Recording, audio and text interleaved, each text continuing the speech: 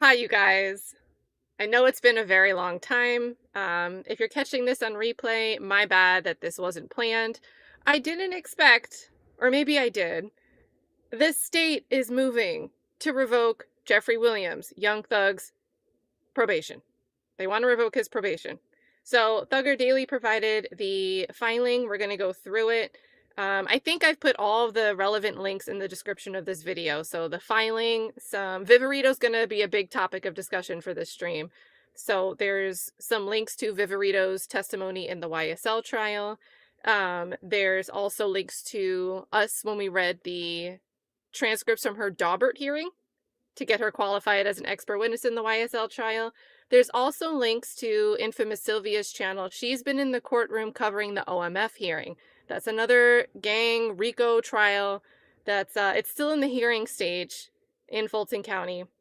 But this week, Viverito was delivering testimony. She was on the stand, and we were hearing some new wiretap calls that she listened through to formulate her theories on gang membership, and that's going to come into play. That's a big reason why we have the state filing this motion to revoke Jeffrey Williams' probation. So we're going to read this. We're going to look at a little bit about Viverito. We're going to see what's going on, you guys. I'm forgetting how to stream. I don't know how to move the screens anymore. Hey to everybody. This is just crazy. This is not the circumstance I'd expect to see you guys, but I wouldn't imagine going through this with anybody but you guys. So big welcome to everybody. It's been a while. Hope everybody is doing well.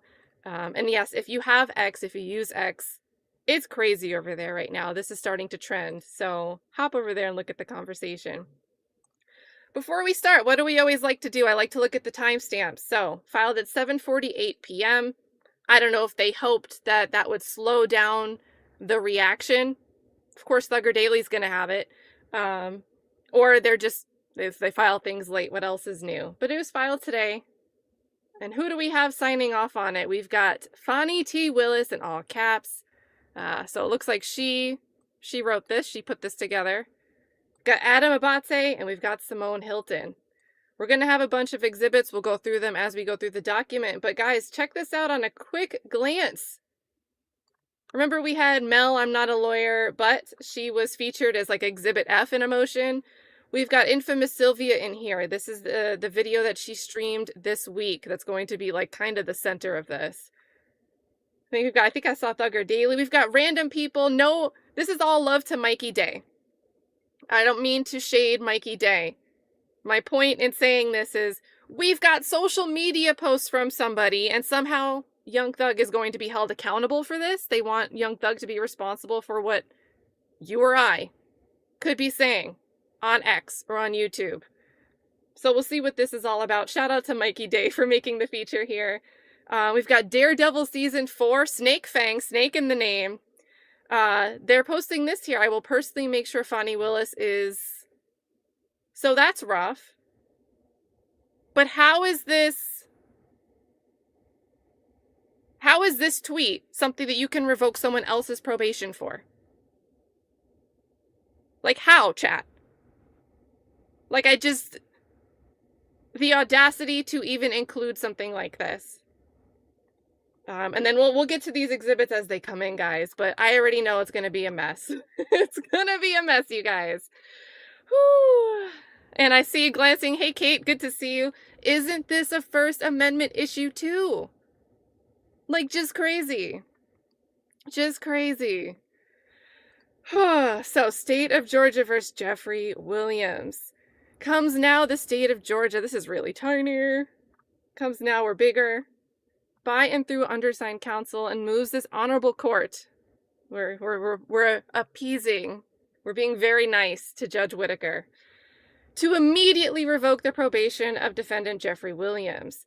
The defendant has demonstrated a blatant disregard for the law, the safety of witnesses, and the integrity of judicial proceedings. The state submits that the defendant's continued presence in the community under probationary supervision presents a clear and present danger to public safety and undermines the rule of law. I already have 3 problems with this. I'm probably going to talk about 2 and forget what the third one even is. But chat, This part here, the defendant has demonstrated a blatant disregard for the law, the safety of witnesses, and this part, the integrity of judicial proceedings. Now, if we think, and shout out to, we're going to talk about Mounk Tounk. Mounk Tounk, when his probation was revoked, Whitaker was like, yep, we're going to do 5 years. I feel like what you didn't respect the court process. I feel like what you did was akin to perjury.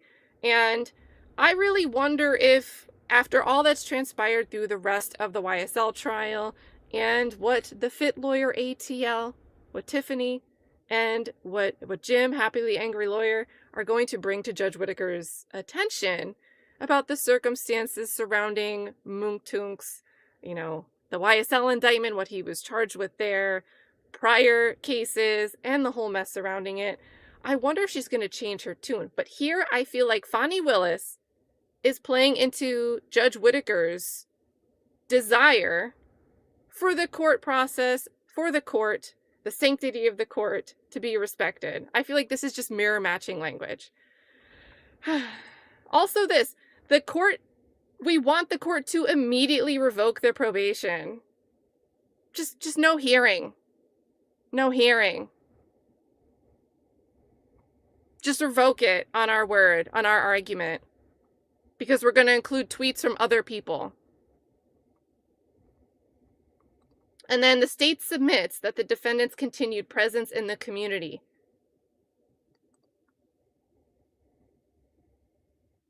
Presence in what community? Because from my understanding, aside from an application to travel through Atlanta's airport, Jeffrey Williams has mostly been in Florida. He hasn't been in Atlanta, the greater metro Atlanta area. So what does this mean? Continued presence in the community. Should he just not exist at all? Should Twitter not exist? Should he not be allowed to go online? What do they mean by the continued presence in the community here? So I haven't made it through the introduction paragraph here. But here we go, guys. Let's get to the background. On October 31st, 2024, the defendant, Jeffrey Williams, was sent, and that's kind of weird. That's a weird style. Typically, by this point in the document, you just see the defendant, and you don't continue to see the name spelled out, but whatever.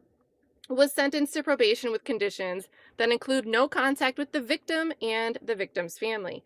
The defendant pled guilty, and the conditions of probation were imposed pursuant to OCGA 42-8-35, which authorizes courts to establish and enforce conditions necessary to protect the public and uphold the administration of justice. Since sentencing, the defendant has engaged in conduct that directly threatens the safety of witnesses and prosecutors, compromises ongoing legal proceedings, and warrants immediate revocation of probation. Can you guys define the word directly? The defendant has engaged in conduct that directly threatens the safety of witnesses and prosecutors. Did you guys see these exhibits down here? We're going to get to them in detail, but this doesn't look like it's directly from anybody named Jeffrey Williams, aka Young Thug. Again, shout out to Daredevil season, I guess. That's a questionable tweet. This one, the house is sold. So is this really like let's say that this is serious. Let's take this seriously. Shout out to Mikey Day. It's a screenshot that says the house was sold. So presumably, if the hate is really real, then pull up to her mama crib. Presumably the mom doesn't even live at this property anymore. How is this anything direct from Jeffrey Williams? I mean, maybe they just don't care about the words that they use, but they should. So, let's see. Escalating threats and witnesses. You guys are going to see me lose it in real time. Welcome back. Welcome back. If you're new, we do this daily when there's a trial live that we're streaming. So this isn't really that new. It's just been a while. Escalating threats and witness intimidation. Investigator Marissa Viverito is currently testifying in a multi-defendant gang murder preliminary hearing, which remains ongoing and is set to reconvene on Monday, April 7th, 2025. During this hearing, the court explicitly ordered that the witness not be shown on television while testifying. Remember, she didn't want to be seen for the YSL trial either. Even when they were about to show body cam footage, she's like, wait, I just want to make sure I'm not shown. Despite this order, a known blogger, this is in reference to infamous Sylvia, I'm assuming, because she's included down below, deliberately violated the court's directive by posting on social media. She doesn't want to be shown on screen. Well, here she is, along with the photograph of Investigator Viverito. Actually, I don't think Sylvia posted that. She covered the trial. I don't think I think someone else. We could look it up. Maybe it'll give us the keyword search. Let me check. You guys in the chat are probably way ahead of this. I don't think that was Sylvia, though.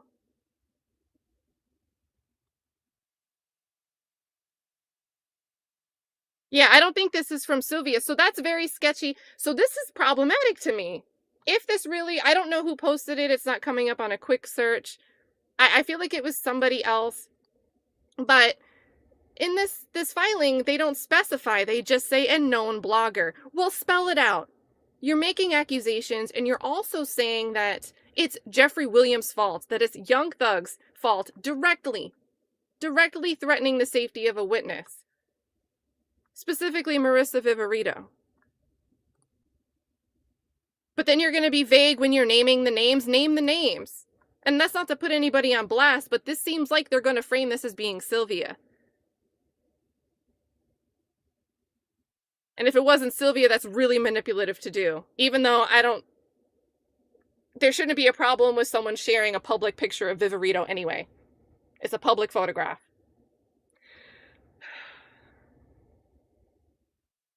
Should we put the bush up? Hold on, guys. Here we go. I just gotta make sure I'm not covering up the screen. So we got Viverito here. Her face is covered up with binoculars. On Tuesday, April 1st, 2025, Jeffrey Williams, aka Young Thug. So now we're getting longer with his name again. Like, we're getting further in the motion and we're making his name longer every time we say it. Amplified this act by reposting the image with the caption, Marissa Viverito is the biggest liar in the DA's office. That sounds like freedom of speech. And yeah, calling someone a liar could kind of be defamatory, but we watched the trial. We didn't get to see her face, but we heard her on the stand not only switch up her story, say things that were different at different points in time, but when it came to what she represented in an affidavit that she submitted to a court, Max Shart said, now that you have the context, the 24 million on Lil Uzi's head, would you change anything? Would you do anything different? She said she would do it the same way. She would make the same representation all over again. So it's not even slanderous to call her a liar. Yeah, like...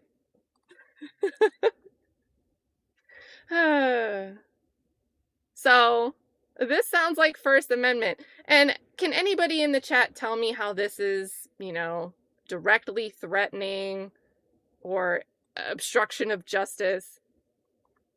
This post quickly went viral, amassing over 2 million views with thousands of comments and retweets, many of which included direct threats. So now we're getting the word direct. The comments and retweets, many of them include direct threats to Investigator Viverito and her family. So here we go. Here's the examples. And they said that this is somehow the direct actions of Jeffrey Williams. As a direct consequence of these social media. So we're spelling it out. There's steps in between. They're making it clear here that this is not direct. This is not Jeffrey Williams doing the direct action to the direct outcome. This is Jeffrey Williams doing something that other people are taking as an intermediary and then deciding to do something on their own with that other thing that they heard. That's not how the word direct works. So, as a direct consequence of these social media posts, and we spell her name wrong, guys. Oh my gosh.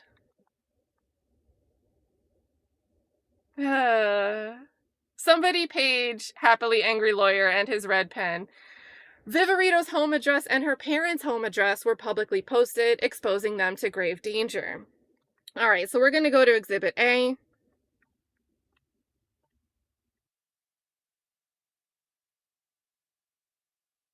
Wait, is this... Okay. What? Oh, okay, this is probably redacted. This is probably redacted. Now, I can't see what it is exactly. But they are next after that mention. They're going to mention this post. Okay, so let's see.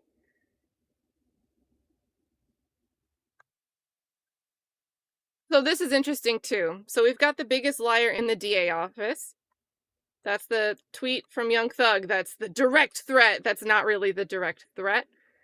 And they included this, which seems strategic. It could have been cropped out. But they included this post in relation to young Scooter's death. Autopsy came back, street got shot. So, you know, there's been some reporting and rumors floating around. If you missed the story, young Scooter was killed on his birthday on March 28th. He was at a home. A woman, while outside of the area, she was in DeKalb County, made a 911 call, made some false reports. She's now been arrested. It was a pretty swift response. She outed herself, tried to come up with a reason for the lie that she told when she spent 10 minutes on 911 with dispatch. I shared the 911 call on X if you guys want to hear it in full. So she outed herself, so that's one reason for a quick response. But two, there was a lot of spotlight on APD over the weekend because it seemed like the reporting was pointing to he could have been shot by APD when they responded to this house. It wasn't his house. It was a party at a house. There was false reports by this woman, and APD was dispatched. To me, it's very slick that they're including this in this screenshot. It's a separate topic. But they're including it here because they want it to be inflammatory. And then what do we have? We have Thugger Daily making an appearance. All my homies hate Viverito. And I think this is them. This is in the filing. They're blocking out her pictures. But chat, pretend you've never seen these. Most of us have seen these pictures before. If you just walked in on this stream, you don't know anything about Marissa Viverito. If you see the context, if you see this sitting here, it says Marissa Viverito, lieutenant of something. Do you think this is a private picture that someone's sneakily finding and leaking on the internet? Or does it look like it's from a public website? Because common sense, just from this screenshot, it's not somebody leaking something private. And then let's see, where do we get to the, then they blow it up. They show that Sean, sorry, I don't know how to say this, Eschenault reposted this and said, dumbass used to live at altitude and got my Airbnbs shut down. So this is referenced as somebody like exposing the address of where Viverito and or her family members live. What does the phrase used to live mean? Used to live at. Does that mean presently reside and I'm exposing their address when I say they used to live at? Is altitude like a name of a community or complex? It's not identifying a specific address. And it's saying used to live. So, but Fannie T. Willis and Simone Hilton and Adam Abate are representing that Jeffrey Williams is directly exposing the address of witnesses. And then this, again, we talked about this earlier in the stream, but they're also citing this tweet from Mikey with a Zillow sold record, which implies the seller no longer resides there.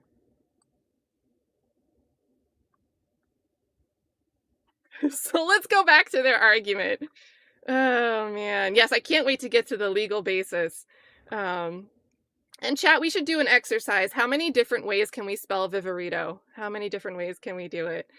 So yeah, this is again how they're phrasing these direct threats. As a direct consequence of these social media posts by Jeffrey Williams, Viverito's home address and her parents' home address were publicly posted, exposing them to grave danger. So maybe that Zillow sold picture, they still live there? Maybe they're the ones that bought it? One post stated, if the hate is really real, then pull up on her mama crib alongside a photograph of her mother's residence. Okay, so is that not Viverito's address? Because then where is her address? Hours later, an additional post emerged threatening the assassination of District Attorney Fani Willis. So here, direct threats. Posting a home address, is that a threat? Direct threats. This is the header of the section, direct threats.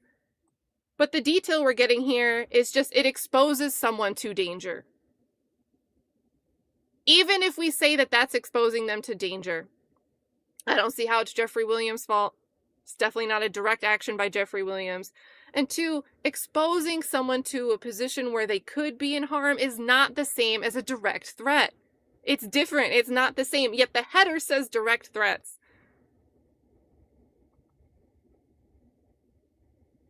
And then many of which included direct threats to investigator Viverito and her family. Is there a direct threat to Viverito in what we looked at? Because it seems like the only direct threat is directed towards Fani Willis.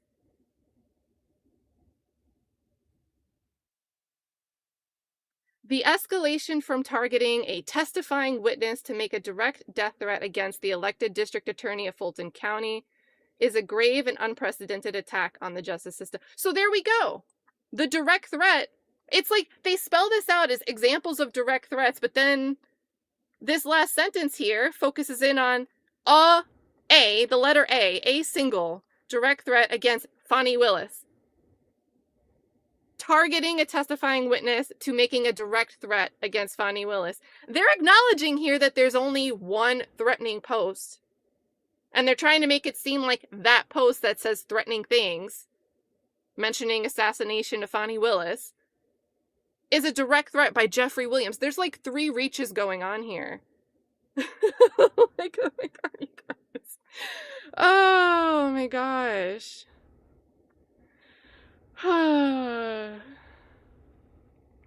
Yeah, who posted the house? I mean, they're not identifying who these people are. They look like users on social media. And not for nothing, but that looks like Zillow. I don't know. And while I get that it's important, protect your privacy, you don't want to make it easy to make yourself a target, at the same time, sometimes things are, if you can find it publicly, you can't really do much about it. And you can't really argue that someone posting an address is a direct threat. That seems like a very long reach of an argument. Pattern. Now we're going to get to pattern of intimidation and court undermining. These seem like 2 different issues. And we only get a paragraph and a sentence. Am I wrong, chat? Pattern of intimidation is something that is standalone from court undermining. And somehow we have, 4 sentences? This is not an isolated incident. It is a part of a calculated campaign of intimidation, harassment, and misinformation designed to undermine the legal process. If that was the case, why is it only coming out as a response to a public hearing? That seems reactionary. And if it's reactionary, then it's not calculated. This is not an isolated incident. It's part of a calculated campaign of intimidation, harassment, and misinformation designed to undermine the legal process. Is it misinformation that Viverito's a liar?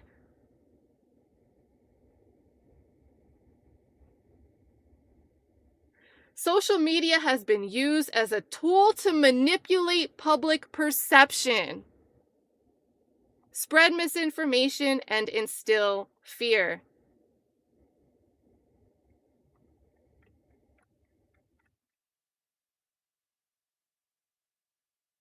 They want darkness for these trials.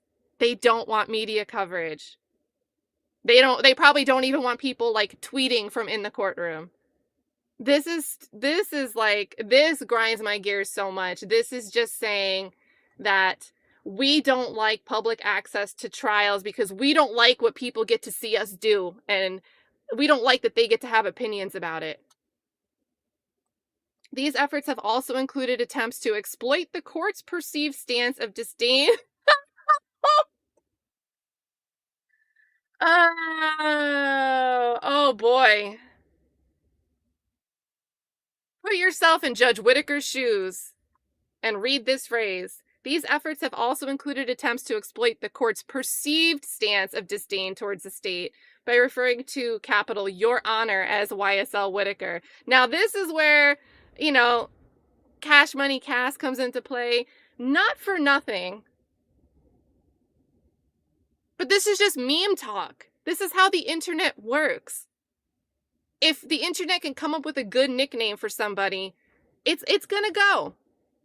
It doesn't need to be related to a YSL or any trial.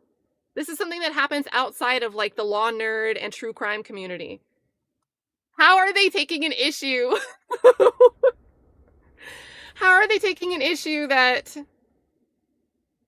the judge has a nickname? Steele's responded. Oh my gosh. Okay. Oh yeah, we're gonna go through the Twitter reactions, you guys. And destined to be, we'll look at that. We'll look at Steele's response. This is crazy. This ongoing manipulation of public perception through social media is intended to obstruct justice, silence witnesses, and threaten those who enforce the law. Now, this framing is suggesting, what's their language? A calculated campaign of intimidation. The between the lines here is that Thugger Daily, Infamous Sylvia, social media, you guys in the chat, Cash Money Cass, cosplaying out here as YSL Whittaker, all engaging in this calculated campaign. That's nuts. That's nuts. Legal basis for revocation. Under OCGA 42-8-34.1, a court may revoke a defendant's probation when they engage in new criminal conduct or violations that threaten public safety. The defendant's continued association with individuals actively involved in witness intimidation. Okay, this started off as saying he was directly threatening and intimidating witnesses. Now it's continued association with individuals actively involved in witness intimidation, threats of violence, and obstruction of justice. Continued association is very different from directly doing the action. An obstruction of justice constitutes a clear violation of probation conditions. These actions mirror the established tactics of criminal organizations as defined under OCJ. So is everybody you're referencing in this? Are you saying that everything, us, the chat, we resemble criminal organizations, the established tactics of criminal organizations as defined under OCGA 16-15-3? This is insane. Which are designed to instill fear, silence witnesses, and interfere with judicial proceedings. No, you're trying to interfere with the public's right to have access to trials. As a direct consequence of these actions, law enforcement resources have been required to provide security in response to the escalating threats and intimidation.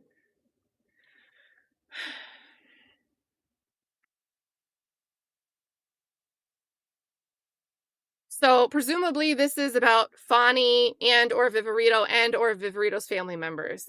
Really, if this is supposed to be relevant to this motion, it should be about one of the parties cited as being the recipient of these direct or whatever we want to call it threats.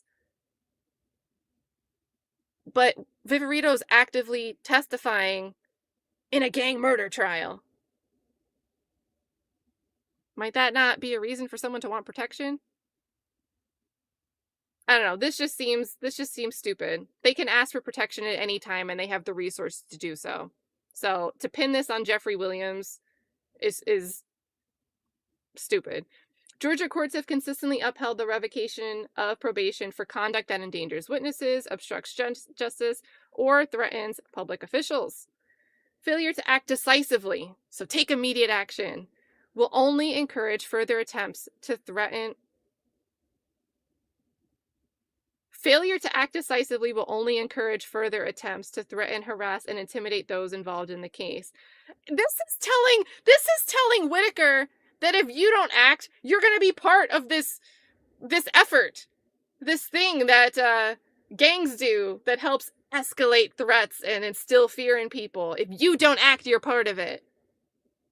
Imagine finger waving. I know this is subtly written, but to me, this is a finger wave at the court.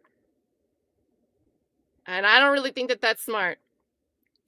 The state asserts that not addressing this matter directly with the defendant would fail to serve as an adequate deterrent, given the gravity and escalating nature of these threats. Furthermore, as both the defendant and this court acknowledged during his plea and sentencing, the defendant wields significant influence over people worldwide, amplifying the potential impact of his actions.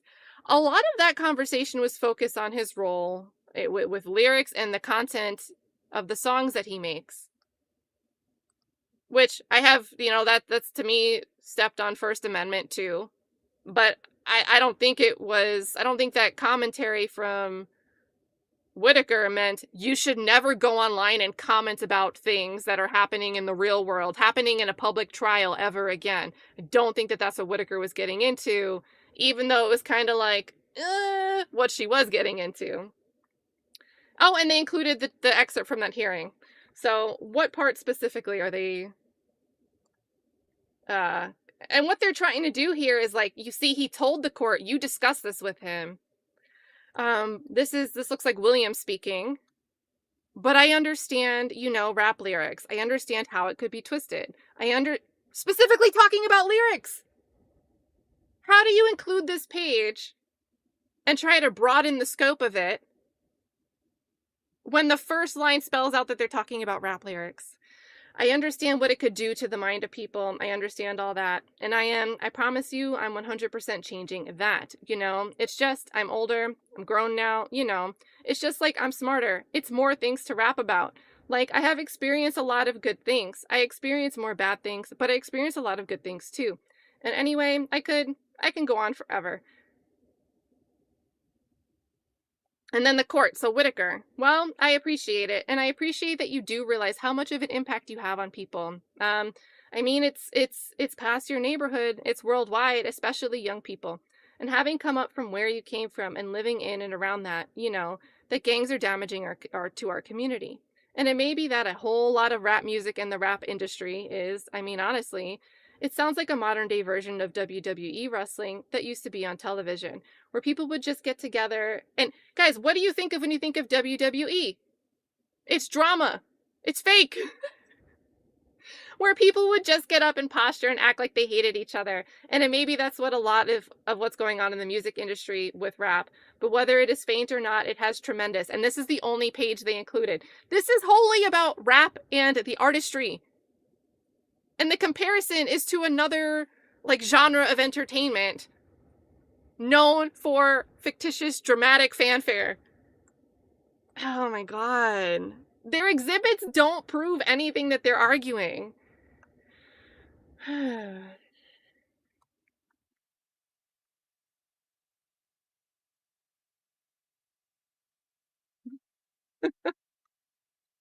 Oh my gosh. Nothing in that page was about someone's ability to be on Twitter, X, and speak about a trial. This is need for revocation. Haven't we been saying the need for revocation all throughout this motion? Why does this get its own paragraph? The integrity of this court and the safety of those involved in this prosecution are at stake. This prosecution? Because prosecution team, prosecution office, but this prosecution seems like you're talking about the instant case, the YSL case. And I get that there's a YSL trial 2 coming up, but there's nothing in this document that's saying Simone Hilton and Adam Abate are at risk here. So this isn't really this prosecution. This seems like it's in reference to the OMF hearing that Viverito is testifying at this week. But whatever, syntax, grammar. The defendant's probation should be immediately revoked to prevent further harm, ensure compliance with the law, and send a clear message. To whom? Who is this message being sent to? That witness intimidation and threats against public officials will not be tolerated. The state urges this court to take swift and decisive action by revoking the defendant's probation and remanding them into custody without delay. Wherefore, the state of Georgia respectfully requests that this court schedule a hearing to address immediately... What? The state of Georgia respectfully requests that this court schedule a hearing to address immediately revoke or modify. It looks like they forgot to take this part out. Right? Doesn't it look like this typically would... The normal thing is to ask for a hearing. This kind of looks like, unless you have the basis, if you really think someone's out here threatening somebody, an arrest could be made. If you think somebody's engaging in criminal behavior, an arrest can be made and you can get that person into custody and then they have to deal with bond for that specific new arrest, that new issue. But you can get them into custody if you truly believe they're engaging in criminal activity. When that's not happening, your pathway is to schedule a revocation hearing. And here it really seems like they were taking a template and they want to request the court just to immediately revoke, but they forgot to copy and paste because it doesn't make sense grammatically here. So the state of Georgia respectfully requests that this court schedule a hearing to address, immediately revoke, or modify the defendant's probation as it deems appropriate, order the defendant to reimburse the costs incurred by law enforcement for the additional protective measures necessitated by their actions, and impose any further sanctions necessary to safeguard the witnesses, prosecutors, and the integrity of the judicial process. Respectfully submitted on the 2nd day of April, 2025. So I've got a few thoughts. You've heard a lot of them throughout this, but if I was on trial for something and a witness against me, other people had reason to believe that they were a liar, that they had credibility issues. As a defendant, I have a right to know that. And it's just disgusting to see the district attorney in a filing say, oh, it's misinformation. Because what do you do anytime that there's credibility issues for other witnesses that you have in your cases? Do you just decide it's not a credibility issue and you don't turn that information over? Because that sounds like a Brady problem. Not that that would surprise anybody. We're going to get over to some Twitter reactions, your reactions. You guys heard my reactions. This is just crazy. It's good to see so many familiar faces, you guys. I feel like I remember how to stream again, you know. Good to see Amy. Amy, it's Wednesday. Hold on, wait. Is there no Club Classy today or is it over? I was about to say go to Club Classy. I didn't realize it was 10 p.m. Eastern time. So maybe it's over. This is the after party for not a great reason, but it's like, this is just crazy. Let's do a chat exercise, guys, before we move on to Twitter reactions. See what Thugger Daily is posting. I heard Brian Steele might have responded. Max Shart's going bananas. We're going to look at all that. But chat, can you rate this filing? What are the scales here? We're going to do scale of 1 to 10. 10 being WWE dramatic, reaching. And 1 being not that much of a reach. It's pretty reasonable. So 10 if you think this is WWE style dramatic for the sake of the filing. How does this compare to WWE? I think Classy voted before I gave the parameters out. Truth Official's straight up 10. We've got 15 from Touche. LaShawn says 100. Here Comes Drama with the 10. And Kate, speaking of, let's get Cash Money Cass. I saw her post a YSL Whitaker clip real quick while this was all going down. You know what? Guys, we're just going to go through what Twitter serves to me. So, we've got Max Shart here on the screen. We've got Happily Angry Lawyer pointing out the spelling, the Viverito, just a bold picture. I'm sure Cash Money Cass is going to show up on this timeline. Max Shart says, "You all know I try to stay out of the mess. It appears that we do have a constitutional crisis after all. Can't film music videos in your city without being threatened with prosecution. Can't tweet your personal opinions without being threatened with jail. This ain't it." And guys, it's like personal opinions should be protected by free speech. Reactions to a public trial should be like, I mean, I feel like an ultimate protection of free speech. You can't protect it anymore, but if we could, we should give additional protections to people criticizing a public trial, because who puts on trials? They call it the people verse, but it's really the state verse. It's the government. So to take issue with public opinion in reaction to a public trial seems like a direct effort. We're talking about direct. Seems like a direct plea to stifle public discourse against the government that isn't positive for the government. So I'm 100% on page with Max here. You know, I'm going to retweet it.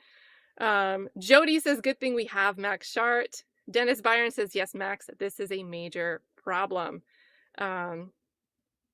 There's a lot of people. Mad Cracker says, "We have a lot of constitutional crisis. This is literally crazy." T Investigate says, "We watched y'all on Cross. The jurors listened to both sides. They believe..." I hope the jurors do a video. I hope they go live and talk about this. "The jurors listened to both sides. They believed the defense. That means the truth wasn't on their side. Y'all didn't need experts." And great reminder, the jury is the finder of fact, so... Jennifer says, "I pray Judge Whitaker tells the DA's office to pound sand. They're going to say that's a direct threat and that she's complicit." Oh my goodness.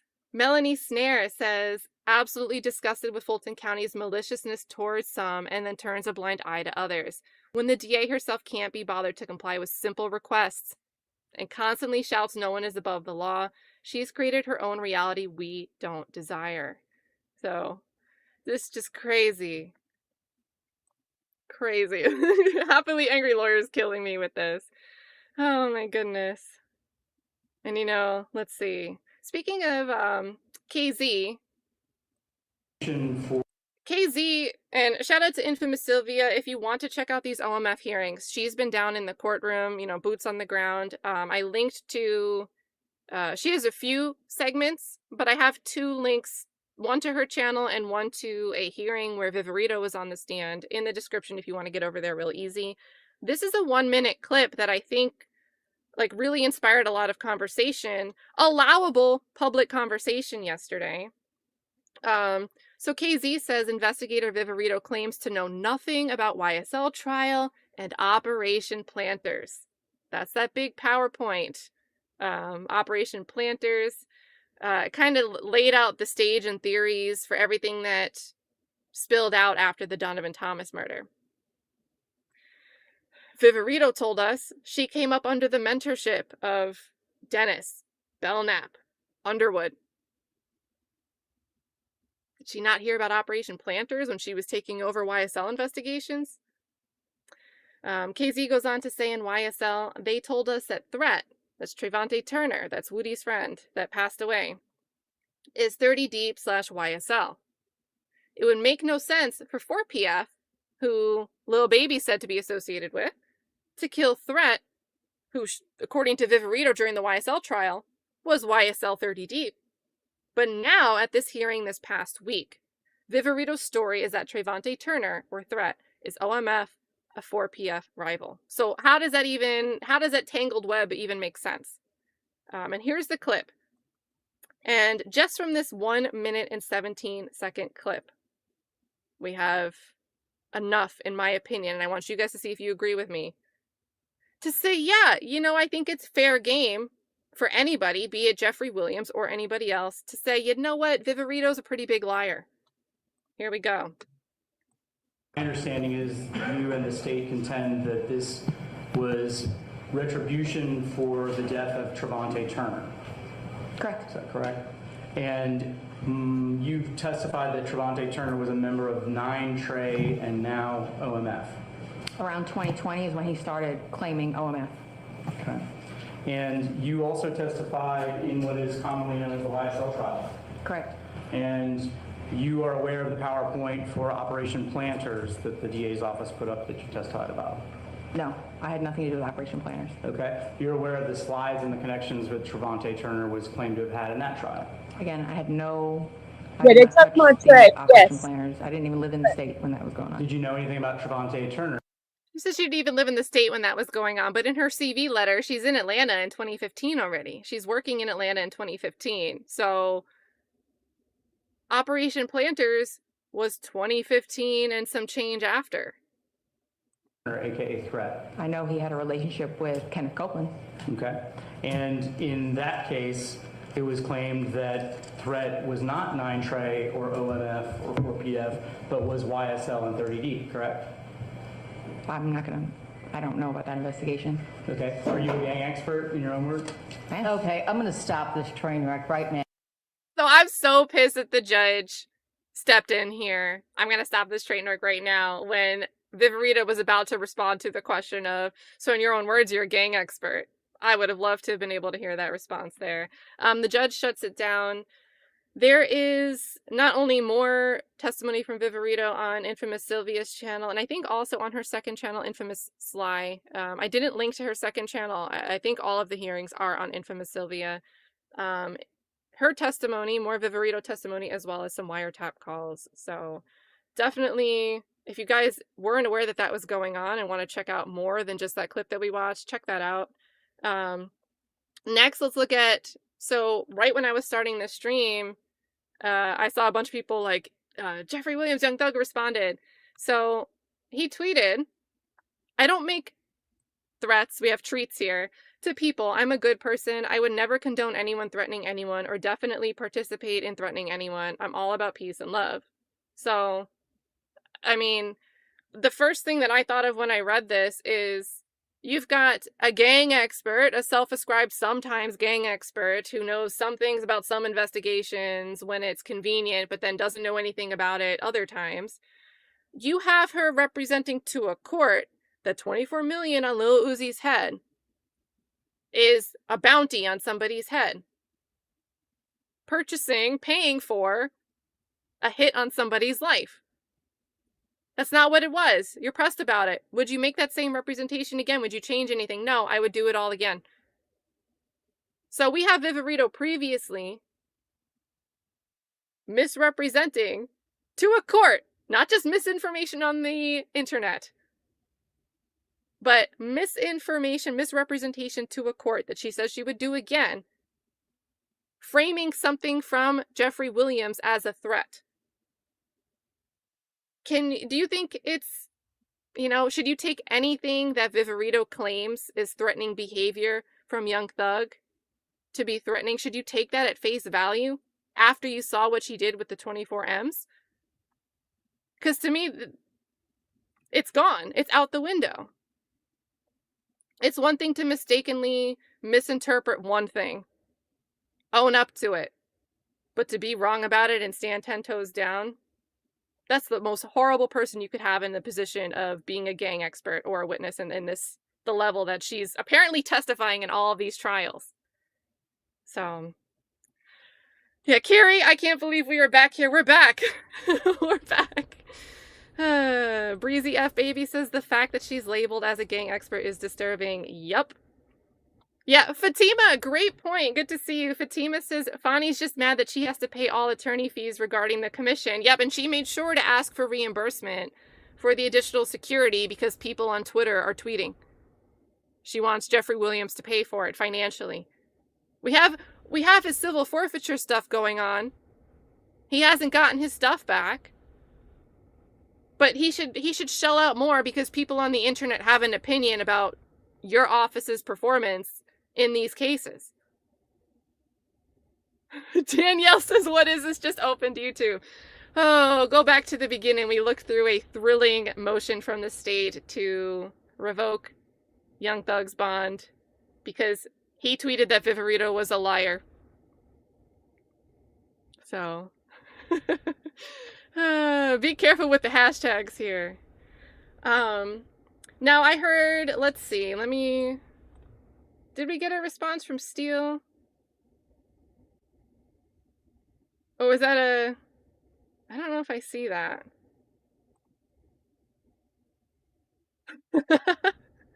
Oh, Red Bunny, by the way, if you're in the chat, Red Bunny, good to see you. I see you over here on X. Doug says, I'd like to read this motion, which is likely bullshit. You're on it. Yep. You called it. You called it. You already know. All right, so let's see. Let's see.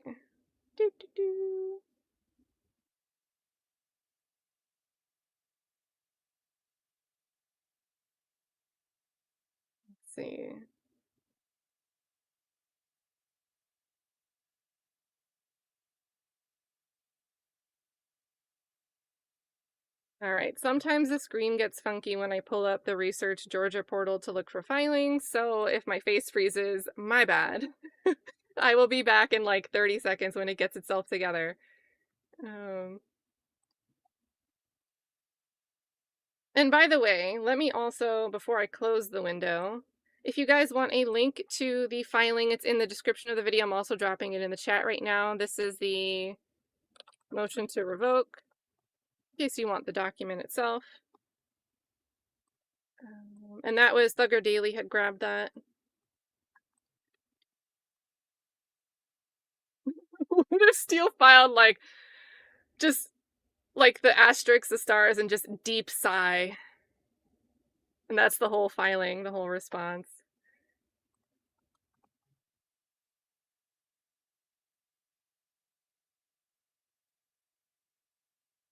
Let's see.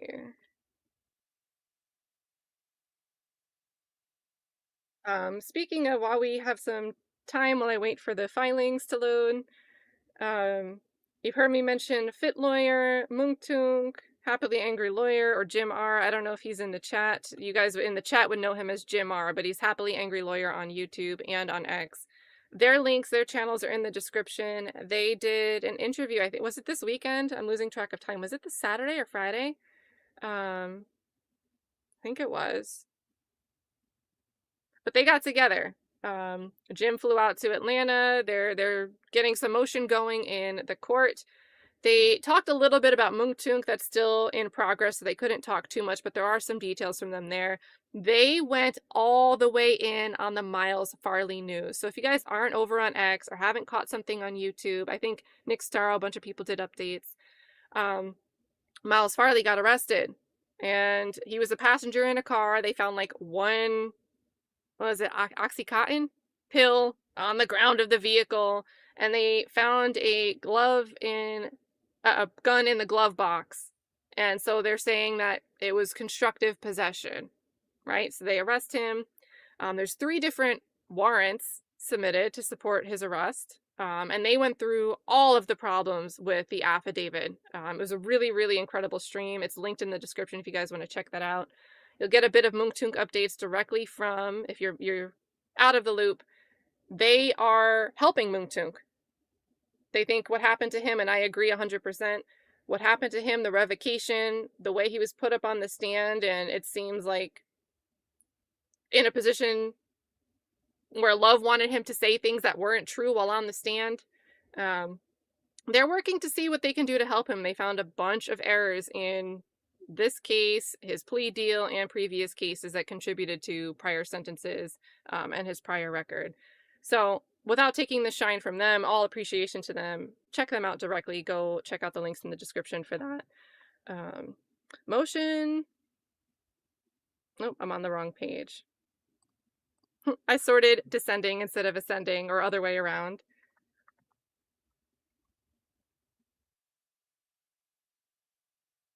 Oh, hey, Curious Coco New York, good to see you. And also says to Crystal, we're thinking of you. Stay safe. I was thinking about you the other day and messaged you, Crystal. I hope you're doing well. I'm trying to go back and... Oh my gosh, you're in bad weather. Oh my gosh, everybody. You guys know we love Crystal here. Crystal is one of my favorite people in the chat, in the community, and she's so helpful and so nice to everybody. That sucks. I hate hearing about bad weather. So I was excited to see you. I'm sorry that you're in here with bad weather. I hope you're safe. And thank you, chat, for not only pointing out that she was here, but cueing me into that going on. Rice Street, good to see you. Yeah, Mounk Tounk had a terrible lawyer. I agree. I'll say it. No skin off my back to say it. I couldn't believe that he wouldn't stand up at that hearing. That was something.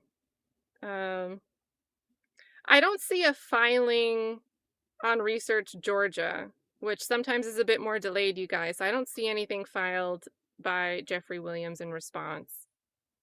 You know, the most recent thing that I'm seeing, I'm honestly not even seeing this filing.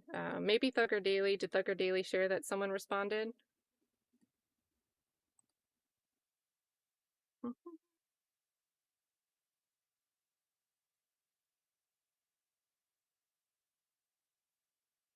Oh, in the article. Okay, he made a statement. Thank you. And you know what, Honorable, great to see you. Thanks for filling me in here. Anybody else in the chat that's been screaming it's in an article somewhere? My bad for not seeing it. Thank you for shouting it out, though. What was it? WSBTV? That article?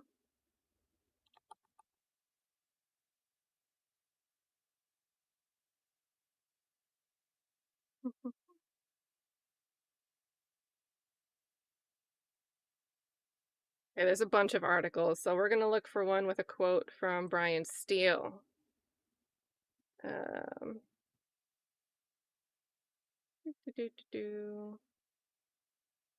Okay, so Williams' attorney, Brian Steele, told Wynn that it is never appropriate to be engaged in any type of witness intimidation. Here's the quote.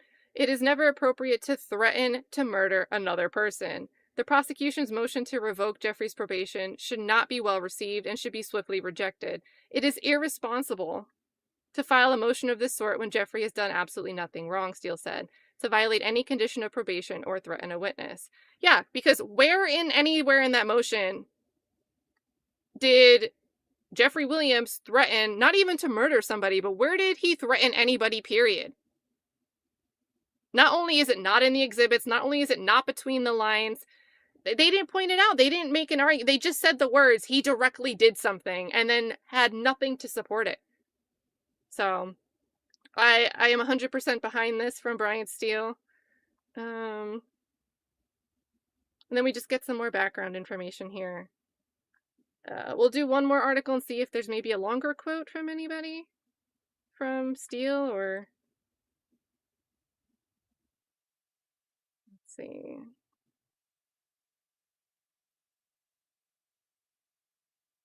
Yeah, I don't see a quote from Steele in the second article I pulled up, but it looks like he just made a statement to the outlet. I agree with it. I'm looking forward to a response. And I imagine, so with the YSL 2, with the remaining co-defendants, YSL Trial 2, hasn't really seemed to be that much interest from Law and Crime or Court TV, it seems like, to cover the hearings. Maybe they'll get back in the courtroom for the actual trial. But I feel like all the buzz around this revocation, I think it'll be really easy. People are going to be in that courtroom paying attention to whatever happens with this. So whatever day, whatever movement happens with this, guys, I'm going to go live. So, heck yeah, Kate Aiden says Drake wrote a song that mentions Brian. Yes, Brian and Whitaker, right? Wasn't Whitaker also mentioned in that song? I don't know the lyrics, except I saw tweets about it. I think it was Steele and Whitaker got a mention, right? So many thoughts. Oh my goodness. Let's see.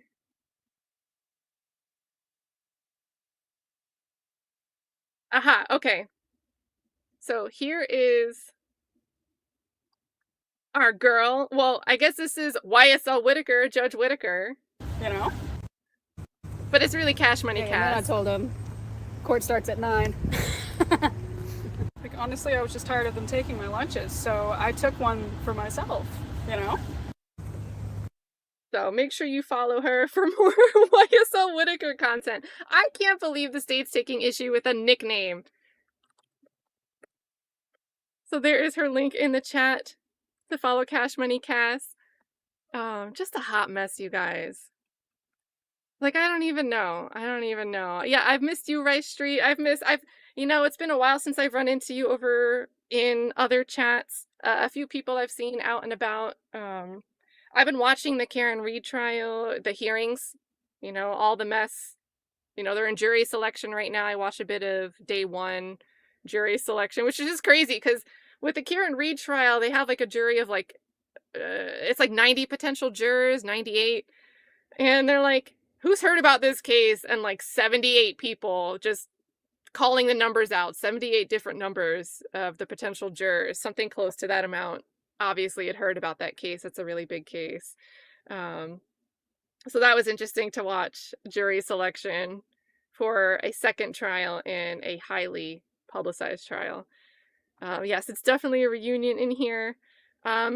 As far as motions, happenings, content, and even if you guys want to make the distinction, Infamous Sylvia is covering the OMF stuff, the hearings that Viverito was at this week. That's linked in the description. But now that we're talking about Karen Reed, which is also like there's movement there. If you guys want to shout out where you're watching that, let the chat know. The chat always seems to be looking for a trial to cover. I'm not covering Karen Reed. I am in the chat with you guys, watching it everywhere else I can. So, and there's a lot of people covering it. Attorney Kayla Bumpus in the chat. Good to see you. Hope you're doing well. Good to see you. Also, you might enjoy this. The Happily Angry Lawyer and the Fit Lawyer ATL, their stream on Miles Farley's, the search warrant affidavits, the 3 affidavits, they went bananas on the Mr. Johnson reference, I think. I thought of you as soon as they went in on that line. Who is Mr. Johnson? Who is Mr. Johnson? So good to see you. Thought about you the other day because of that. And hope you're doing well. Let's see. For always, forever, for life with the real question. How about they find his watch? How about they find his watch? That is the never-ending, the riddle, the mystery here. Chloe Albert's Revenge. Good to see you. I think about you every day with the Karen Reed trial. Good to see you. A lot of YSL. You guys know Millionaire Mel. Love her. She's doing a rewatch of Trial 1. And day by day, I'm watching her react to what she's learning. She's watching the trial, but then she's tweeting about the ridiculousness of it. And Chloe, I don't know if you're on X, but if you are, or if you ever wanted a reason to be, go follow Verdict Mel, Millionaire Mel on X, and just look at her reactions to the Karen Reed trial. It is just, it's just beautiful watching her react in real time to something that, I kind of forgot my own watch through first time around months ago. But watching her go through it, the shock is just crazy. Mixed Chick says, didn't the judge say Maurice did it by accident? Hold on. Mixed Chick, I think I'm lost. Maurice?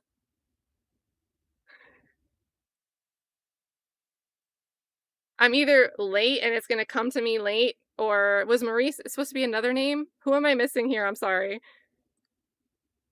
Help me out, chat.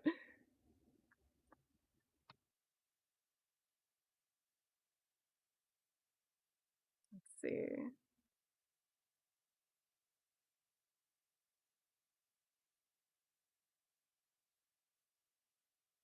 Oh, Mel's handle on X is Verdict Mel. Hold on, I'll pull the link.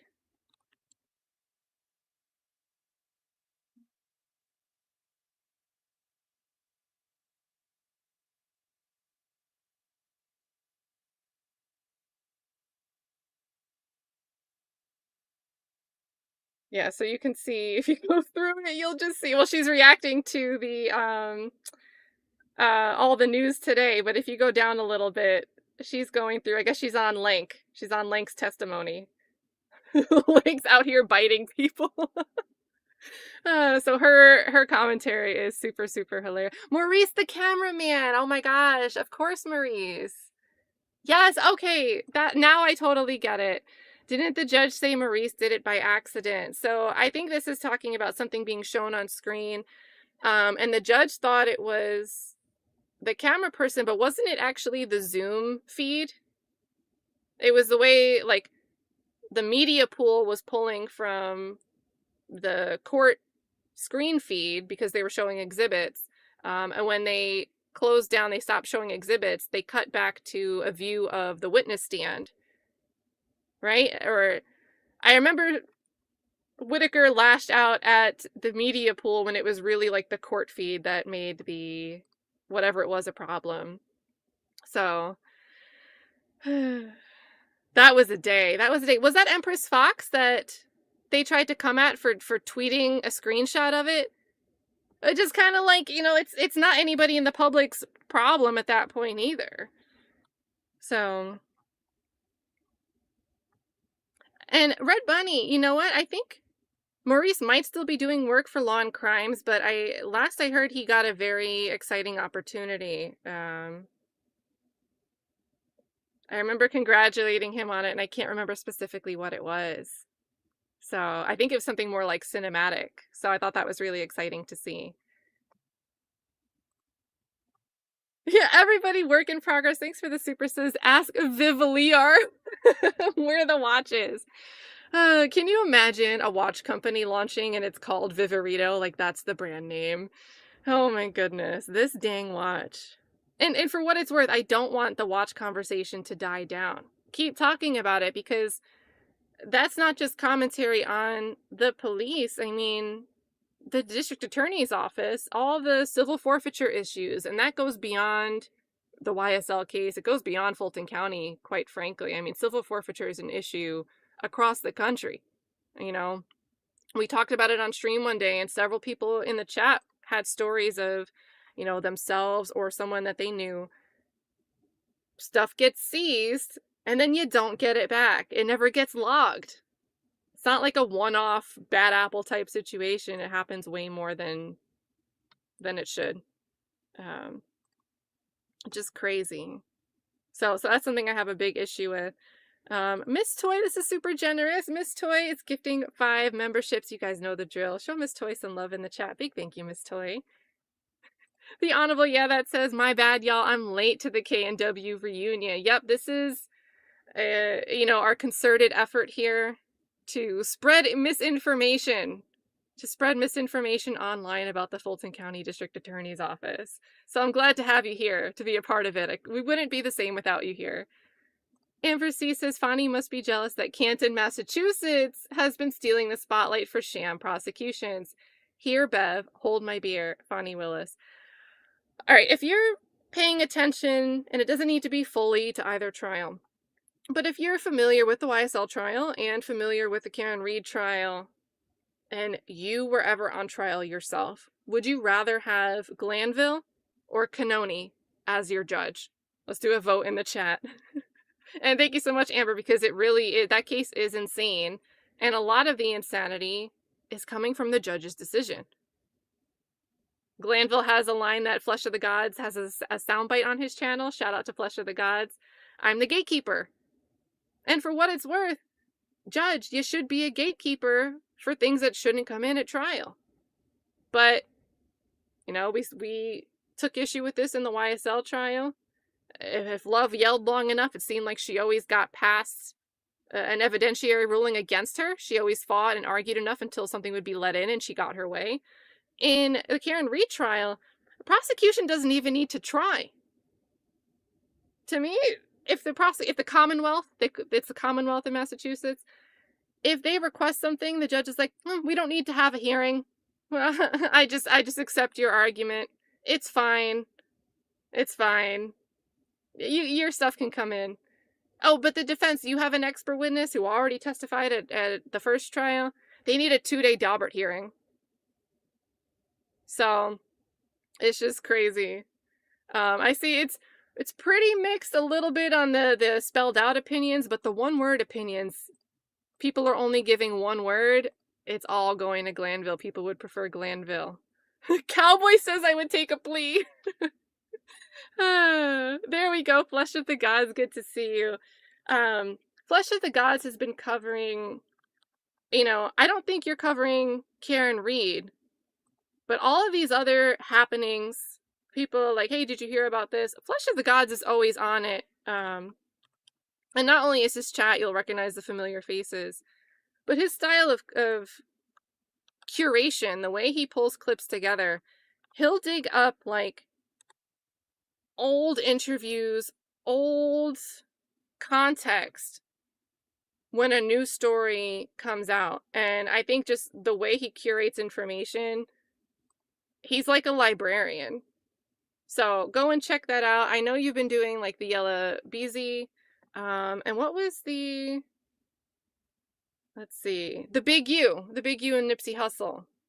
And I know you've got context that goes back and digs deep, a deep dive like nobody else out there. So definitely, guys, check him out. Of course, he covers YSL updates when they happen, but also all these other cases as well. Risa says, I have nightmares better than Bev.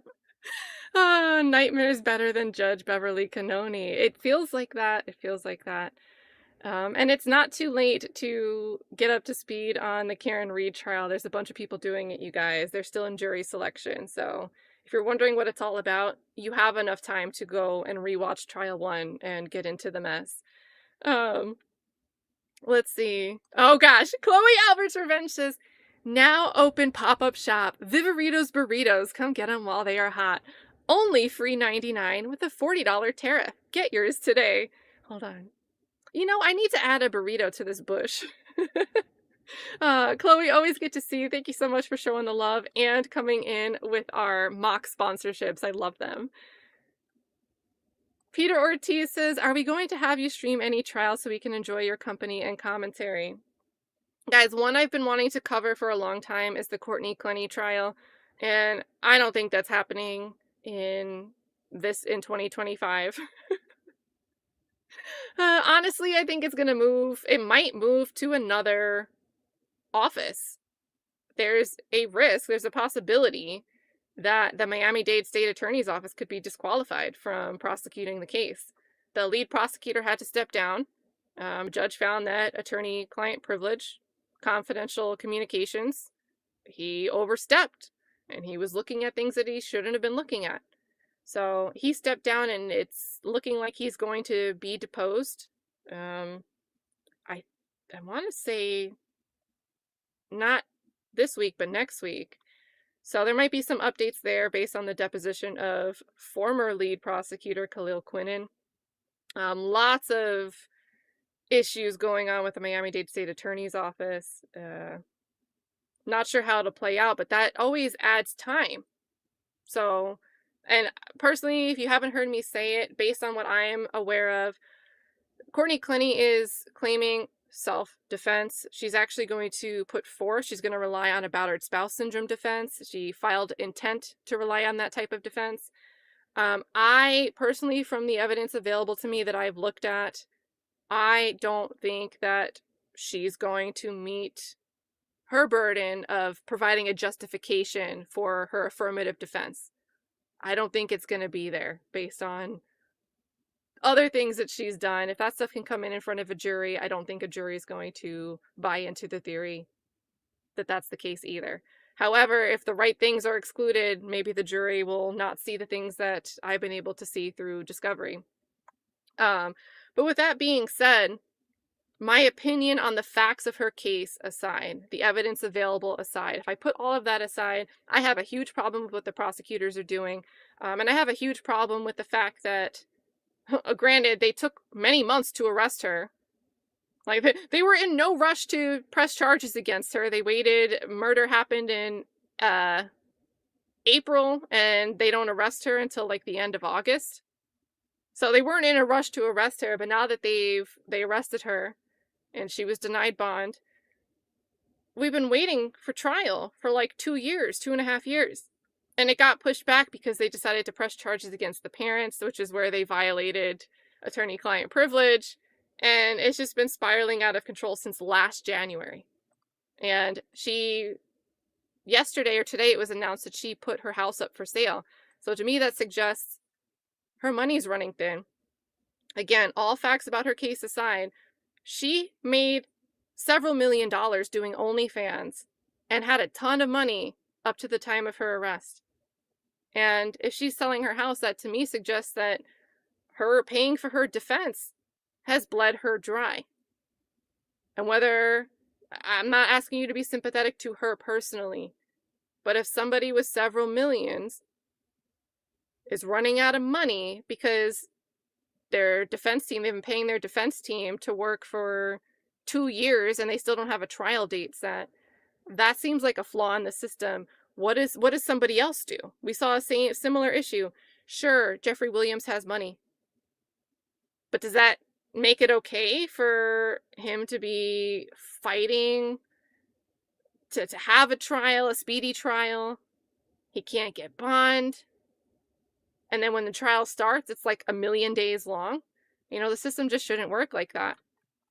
It's not okay to say just because somebody has the money to afford it, it's okay. So, just crazy. Shayna Gardner. So that's been interesting. Shayna Gardner, guys, is a murder for hire trial where, and this is Florida too, you guys, different county, but similar accusations of prosecutorial misconduct and Brady issues. And, you know, the murder for hire, the actual killer who was allegedly hired by Shayna Gardner and her new boyfriend to kill her husband or fiance, he gave a bunch of statements as part of a plea deal that inculpated Shayna Gardner and, you know, her boyfriend that's also standing trial. But now he's come back and recanted those statements. He's changing his statement. So these statements that he gave saying, yeah, they hired me to do it, now he's like, nah, that's not really what happened. So they've got a whole mess here in another Florida trial, Shayna Gardner. That's still at the hearing stage, but the judge recently, a couple days ago, told the prosecution, like, stop playing these games, turn over your evidence. Stop coming up with excuses for why you aren't turning over stuff that's in your possession. So that was nice to see. We'll see if it, you know, sometimes judges say that and then prosecution doesn't do what they're supposed to do and then nothing else happens. So it's just talk, but we'll see. Let's see. And we've got multiple Kates here in the chat. And I see Mixed Chick saying hey to Nick Starro. Big Nick Starro in the building. Did you just wake up to a bunch of madness? It's, that is some news to wake up to. If you got to read the filing, let us know your thoughts. That's crazy. Jamie, good to see you, says, Steele needs to go after the state for attorney's fees. This is outrageous. Yeah, like, with trials, you guys, the defense team can ask for sanctions, and those sanctions can include, you know, compensation. You know, if the other, and this can happen in civil cases as well, but sanctions can include, you know, a financial penalty. So if you do something frivolous, if you're wasting the other party's time, you know, the other party is likely paying an attorney to fight against this thing that you're doing frivolously or maliciously or just pulling out of your ass, quite frankly. And you can request sanctions. You can request the court to sanction the other party. So I would love to see that, and I'm sure he would write a much stronger legal basis for whatever it is that he requested than we saw in this this motion here today filed by the state. Crazy. Oh, okay. So Nick Starrow's doing the new Judge Boyd trial tomorrow. So Judge Boyd is, you know, personally, I haven't gotten to catch anything from Judge Boyd, but highly recommended. A lot of people have said, you know, Judge Boyd streams. They have like a court camera set up. So it's accessible and it's been highly recommended. So Nick is following Judge Boyd's next trial. So that is awesome. And I think everybody here knows Nick. But in case you're late to the party, the Viking party, there is a link in the chat there to go follow.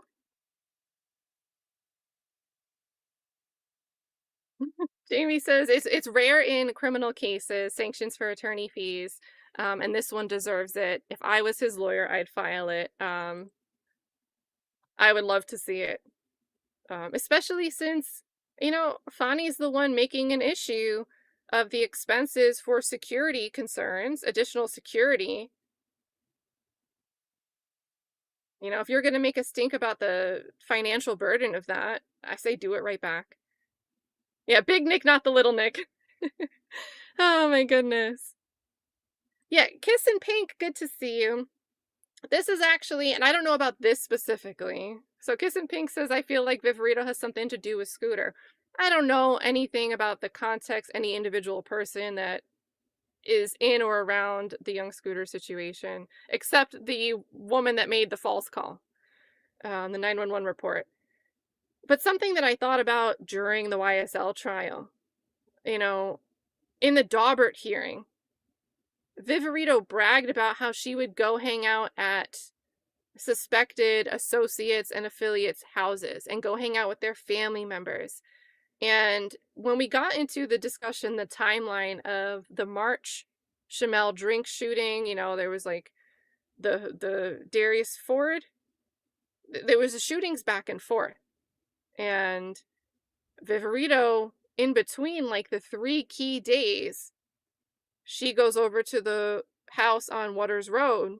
She sees a car there, and she was talking to people, and something that crossed my mind is, what if she's going to places and she has this vision in her head already of what happened, who must have been doing what, and in her approach when she goes to speak with people, because she loves going to talk to people and she says people love talking to her, she's the one that sows the seeds and puts something in somebody's ear. Now, if you think that people behave in a certain way where they're going to go out and get retribution when they hear that somebody violated something, and you're going over there and suggesting or putting it in the ear that you, in the position of an investigator and a community supervisor and all these other roles that she's had, you're implying that you have knowledge, or even more directly suggesting that it could have been so-and-so. To me, that had me thinking to myself that Viverito, in her line of work, confidently but incorrectly could be putting targets on people's backs when she's supposed to be out there preemptively preventing crime and violence. So, Kiss and Pink, this is a great food for thought here. Again, I don't know who responded or was dispatched to the scene in response to that 911 call about the house that young Scooter happened to be at, which is just a really tragic story all around. But as an aside, my thoughts on that kind of approach, the way that Viverito is so confident in her theories. Again, the 24 million, the little Uzi's head, the diamond thing, she's still confident to this day in that, even though she's completely wrong. So I can picture her confidently putting it in someone's ear that somebody's responsible for something, not really caring if that person, all right, if it's that person, then I gotta go get my get back. So it's just, I said it during trial, she might not be the most aloof. You know, some of the other gang experts they just seem like lackadaisical. They suck at their job, they weren't good at their jobs. Not really a great trait to be lackadaisical when you're in that type of job. But I think Viverito, just because of her conviction, her confidence, her determination, I think she's the most dangerous one out there. So, it's me. That's my misinformation spiel, my misinformation rant. Whew.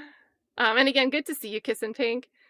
Peter Ortiz, good to see you. Says, hi, my OG. Happy to see you getting after it. Man, There's been some things where I'm like, look, I'm gonna just tweet about it. I'm gonna share an update as a community post.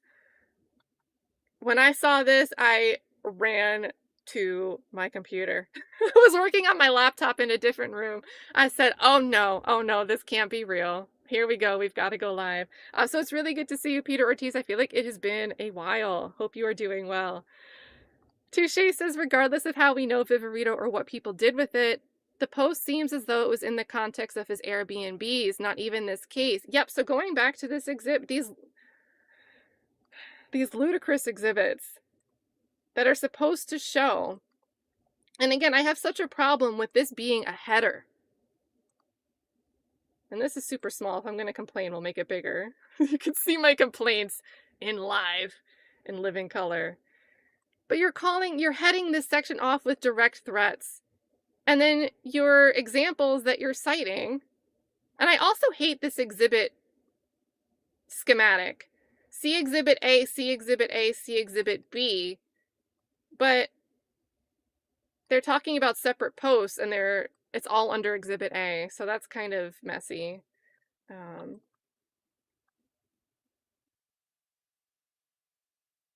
That's the Zillow one. Okay, yeah. So this repost, and they can't pretend that they thought that this was from Young Thug because it's very obvious. And remember, these gang experts are Instagram experts when it suits them, right? Other times they're like, oh, we don't really know. They're supposed to know Instagram. So you can't tell me that the three knuckleheads, Fonnie Willis, and I don't know how much Abate or Simone Hilton contributed to this, but you can't tell me that they don't understand when this is a complete screenshot that this is somebody reposting Jeffrey Williams, that this is not Jeffrey Williams himself. But yet it's being attributed as a direct threat. Dumbass used to live at my altitude and got my Airbnbs shut down. At altitude and got my Airbnbs shut down. So, exactly that, Touche. The context of Airbnbs, it's not this case. I don't know Sean Eschenault, but it's not a name I've heard come up in trials. So, what's the bridge? How are we leaping from this point to this point to conclude that this person's post is somehow witness intimidation or a direct threat when we're talking about Airbnbs without an address named? There's no address defined. How I just don't know. Touche, I'm glad that you're here and wondering the same thing here with me. Miss Love's disappointed father, Matt Rose. Still love this name. I'm glad that you still have this name, especially for the context of this stream, even though Love isn't really part of this. She started it. She got us here. YSL Whitaker is going to be upset. That was a weird line, too. The perceived. Where was it? Yeah. Okay. So this part here, they're so sloppy with their wording most of the time, but then they're so intentional here. These efforts have also included attempts to exploit the court's perceived stance of disdain toward the state by referring to Your Honor as YSL Whitaker. So the public likes the judge. And now, Fonnie Willis is trying to weaponize that. The public support for the judge. It seems like they're trying to goad the court, that they want Whitaker to go on the record and just say, you know, I'm going to take judicial notice. I don't have any disdain for the state ever at all whatsoever. I think they did nothing wrong. In what world do you think Whitaker is going to write a whole essay about how much she loves the state and doesn't have any disdain for them? Because it seems like that's what someone writing this would expect or wants to prompt. It's never in a million years going to happen. Yeah, Ghost, good to see you, says Whitaker won't care. Yeah, I think at best for the state, Whitaker just won't even address this. I think that's the best reaction that the state should hope for saying something like this. Oh my goodness. Just crazy. Yes, that guy Nick says, they hurt my feelings, Judge. Put them in jail. Put Jeffrey Williams in jail because the internet doesn't like me. That's basically, this motion could be one sentence, and it could say that. Sleepy says this is 403. It is, it's a waste of time. It is a waste of time. And a lot of stuff in here is irrelevant, right? There's a lot of different bases from 403 that come into play here. Good to see you, Sleepy. Chris Hayes says, I think someone wrote this while drunk and submitted it in the same state. I mean, 7:48 is a little, I'll give them the benefit of the doubt. At 7:48 p.m., I think is a little early. It might have been better if somebody drunk wrote this. You know, I'm not much of a drinker, but if I ever do a drinking stream, maybe we can do a mock write-up. We can do a mock writing exercise. That would be pretty funny. As long as you guys don't judge me, maybe in the future I could do something like that for the sheer comedy of it. Renee Stevenson, good to see you, says, oh my god, so happy I logged in. Hope all is well. With the green amphibious snake emoji. Good to see you. And yes, this is unexpected, so I'm glad you got to see it pop up on your feed. Good to see you. Trakisha says, by any means, even if it's corrupt, unlawful. I mean, that's a great characterization of the way the first YSL trial even proceeded. Like, by any means, like, especially when Love was still in the courtroom, that day that she was yelling at Judge Glanville, to the point where Glanville's like, I'm bringing the jury out, like, shut up. Like, any means necessary. And that's not how it should be. Like, a prosecutor should not be in it to win it. That's not... This isn't a sports game. And good to see you, Trakisha. I've seen you a ton over on X, so, you know, I've actually seen you, but good to see you here for this specific mess. Orlando Antonio says, nobody told Burrito to lie. She did it to herself. And in fact, she's told not to lie. What do you do before you get on the stand? So not only did nobody tell her to go lie, she was told the opposite. She promised. Ugh. And I love the burrito. I'm surprised we didn't see a YSL burrito. Well, no one puts the endearing term of YSL in front of the term burrito when they refer to Viverito. It seems to only be a problem that the internet is using YSL as a term of endearment instead of something that insinuates gang membership.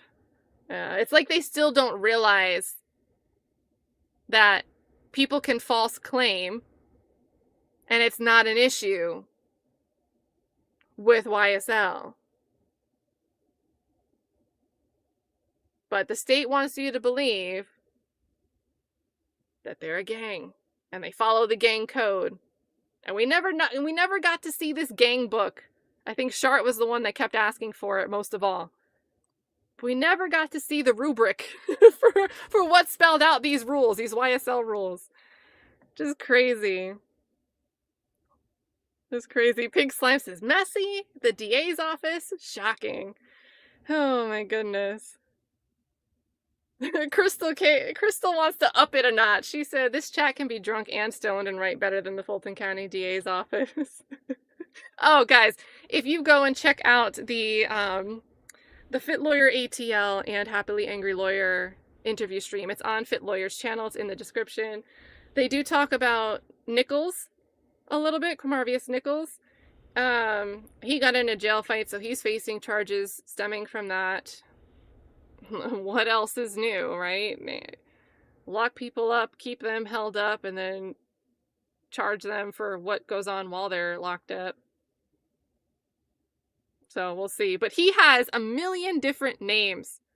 There's like every spelling you could think of for Quamarvius. It's like on the page, if the page is this long, like the height of my screen, the section with all of his different names is like this much of the page. Like, just crazy. Has anybody seen Beth? Now, I think you might be asking about a person, but my brain also went to, let's see. Let's see if I get a good result real quick.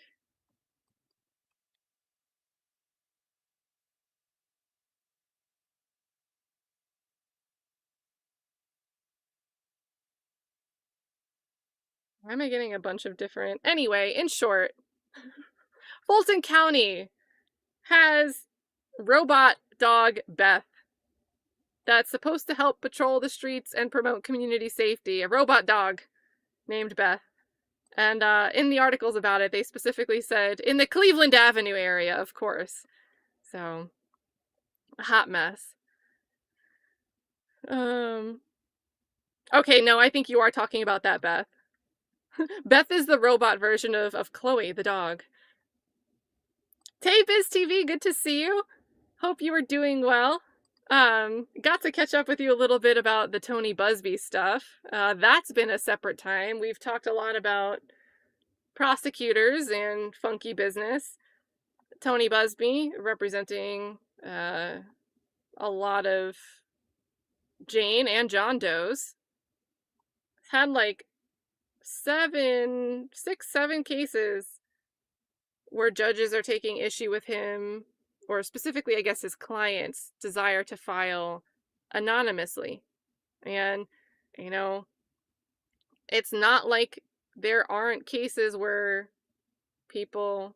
plaintiffs can proceed anonymously. They have to meet certain burdens.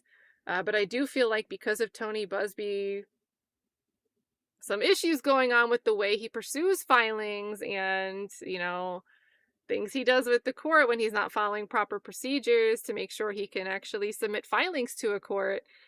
I feel like judges are increasing their skepticism when it comes to cases that are being filed by him.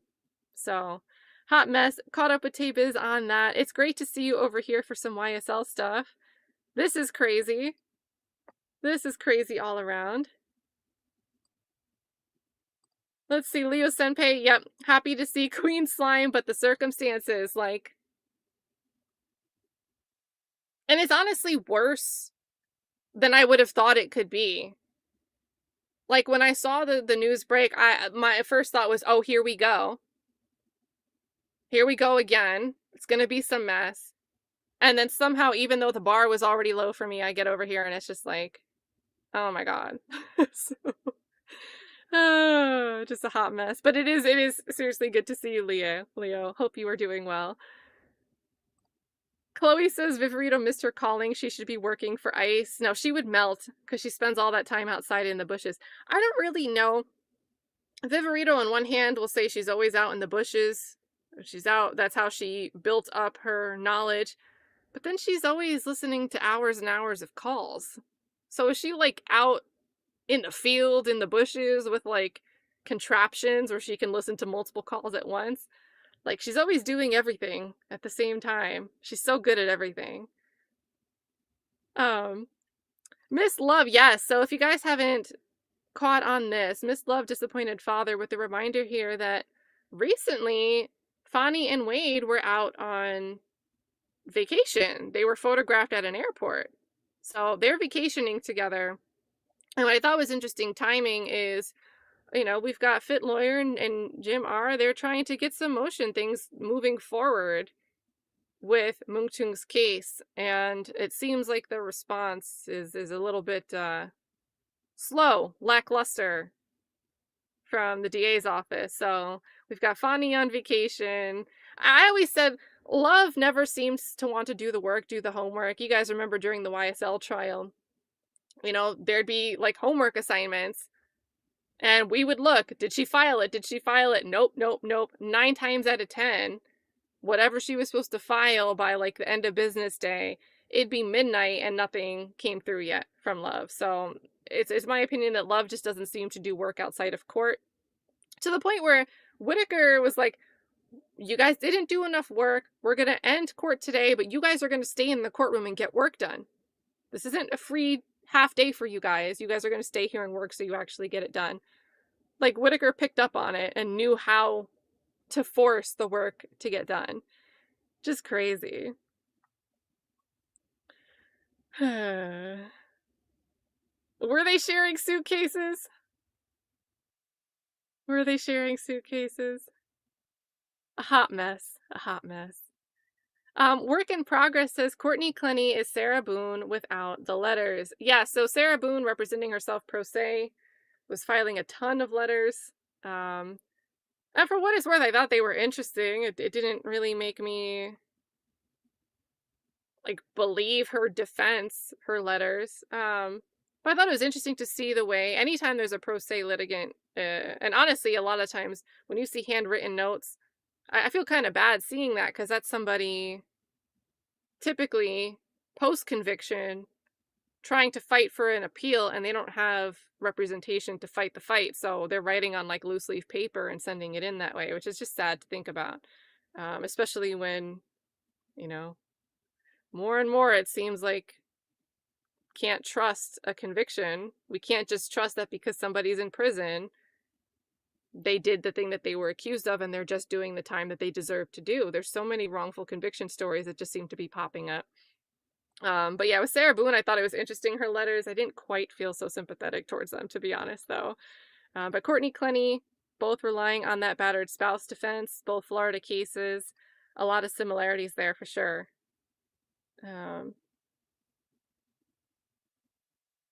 Really? So Starfish and Coffee says Sarah's trying to get child support and alimony from Brian. So are there new letters? Oh boy. There might be new letters, you guys. There might be new letters. Thanks again, work in progress. KC Dog says, not gonna lie, I missed the fam with the green heart and green amphibious emoji. Work's been way longer, lol. And, you know, I want to say I've had so much going on with work, and I have some good news that when it's officially like the ink is dry, I will let you guys know. But I really have been busy. Even if there was a trial I wanted to cover, I think I've gotten so caught up with unexpected but very good work for a client. Oh, I want to say it, but it's not. I'm gonna wait. I'm gonna pause on it. But the days have felt so long. And some days I can't have background noise with words. I have to listen to something instrumental. And I know the feeling. I know what it's like to feel like, okay, it's like 9 o'clock and then now it's like 9:15 and it felt like it's been 2 hours, but it's only been 15 minutes. So I know that feeling. I'm sorry that I'm not helping you out there, Casey Dog. In the future, I definitely will. And I look forward to seeing you. Let's see. Amber Dawn Them Johnson's good to see you. I've seen you over on X a little bit. You have to watch Shayna's bail hearing and the very next hearing and watch how the lead detective blatantly lied and withheld info. It's a must-see, Kat. So, and I think she's got Jose Baez as counsel, and I forget co-counsel. But I've read some motions where they are really pushing on, you know, Brady issues, disclosure issues from the state, from the lead detective. So I've got to get caught up. I didn't watch the actual hearing, but I did read some. I did look at some of the filings. But that's interesting. You know, guys, a bail hearing can very often feel like a miniature trial. And, you know, lead detective, they're going to get on the stand. And really with bail, they're trying to establish the Ayala factors that, whatever they're called in Florida, you know, this person, flight risk, they're at risk of intimidating witnesses, you know, things that justify restricting somebody's freedom while they await trial because they're not actually convicted at this point in time. So they've got to put on a case and establish key facts of why they're dangerous, why there's really, really strong evidence backing the prosecution's theory of what happened. So sometimes when the lead detective gets on there, you know, you get to see some of it unravel. So that's really good. I think I'm going to go watch that. Tat Clouds, thanks for joining us. I hope you have a good night. And thanks again, Amber Dawn Them Johnsons. So with Shayna Gardner, depending on the timeline of that, I might actually stream that trial, depending on when it actually kicks off. Because I've been following it a little bit here and there. I think it'd be interesting to watch. I think that would be interesting for anyone that isn't aware. If you guys want to come and start blind on day one, pretend you're a juror, I think that'd be really interesting as well. Leah's dad, good to see you. Yeah, these gang investigators, these social media prowlers, they're so good at uncovering all of the gang admissions on Instagram. But when we have a nice giant text on a post that says repost whiz, nobody stops to think and go, maybe this is a repost. Maybe this wasn't the date that it was posted originally.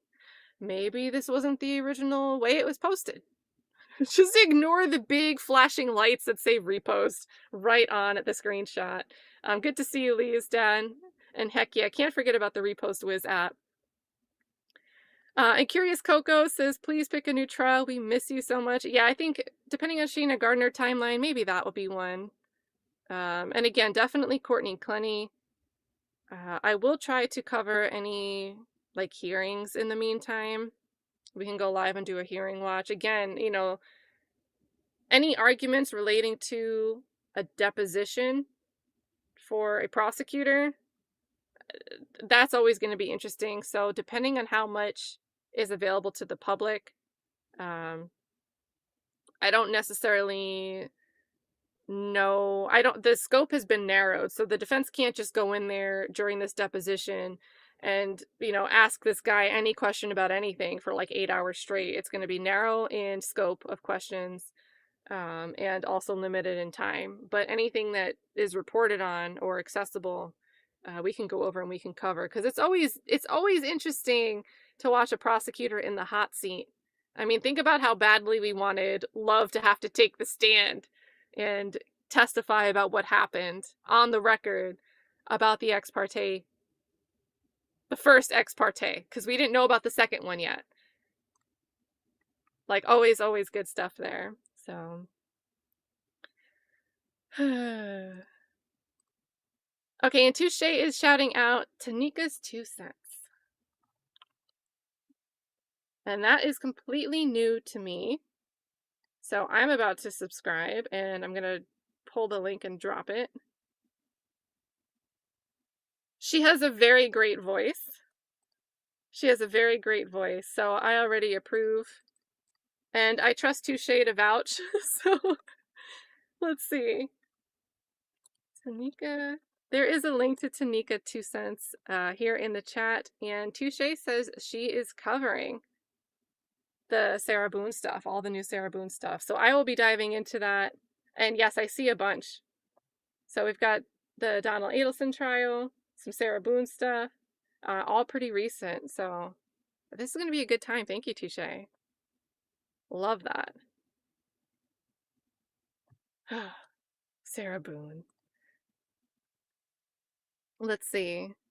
Amber, you know, let me check Pacer. Let me check Pacer on this Steele response. Or at this point, maybe I can check, to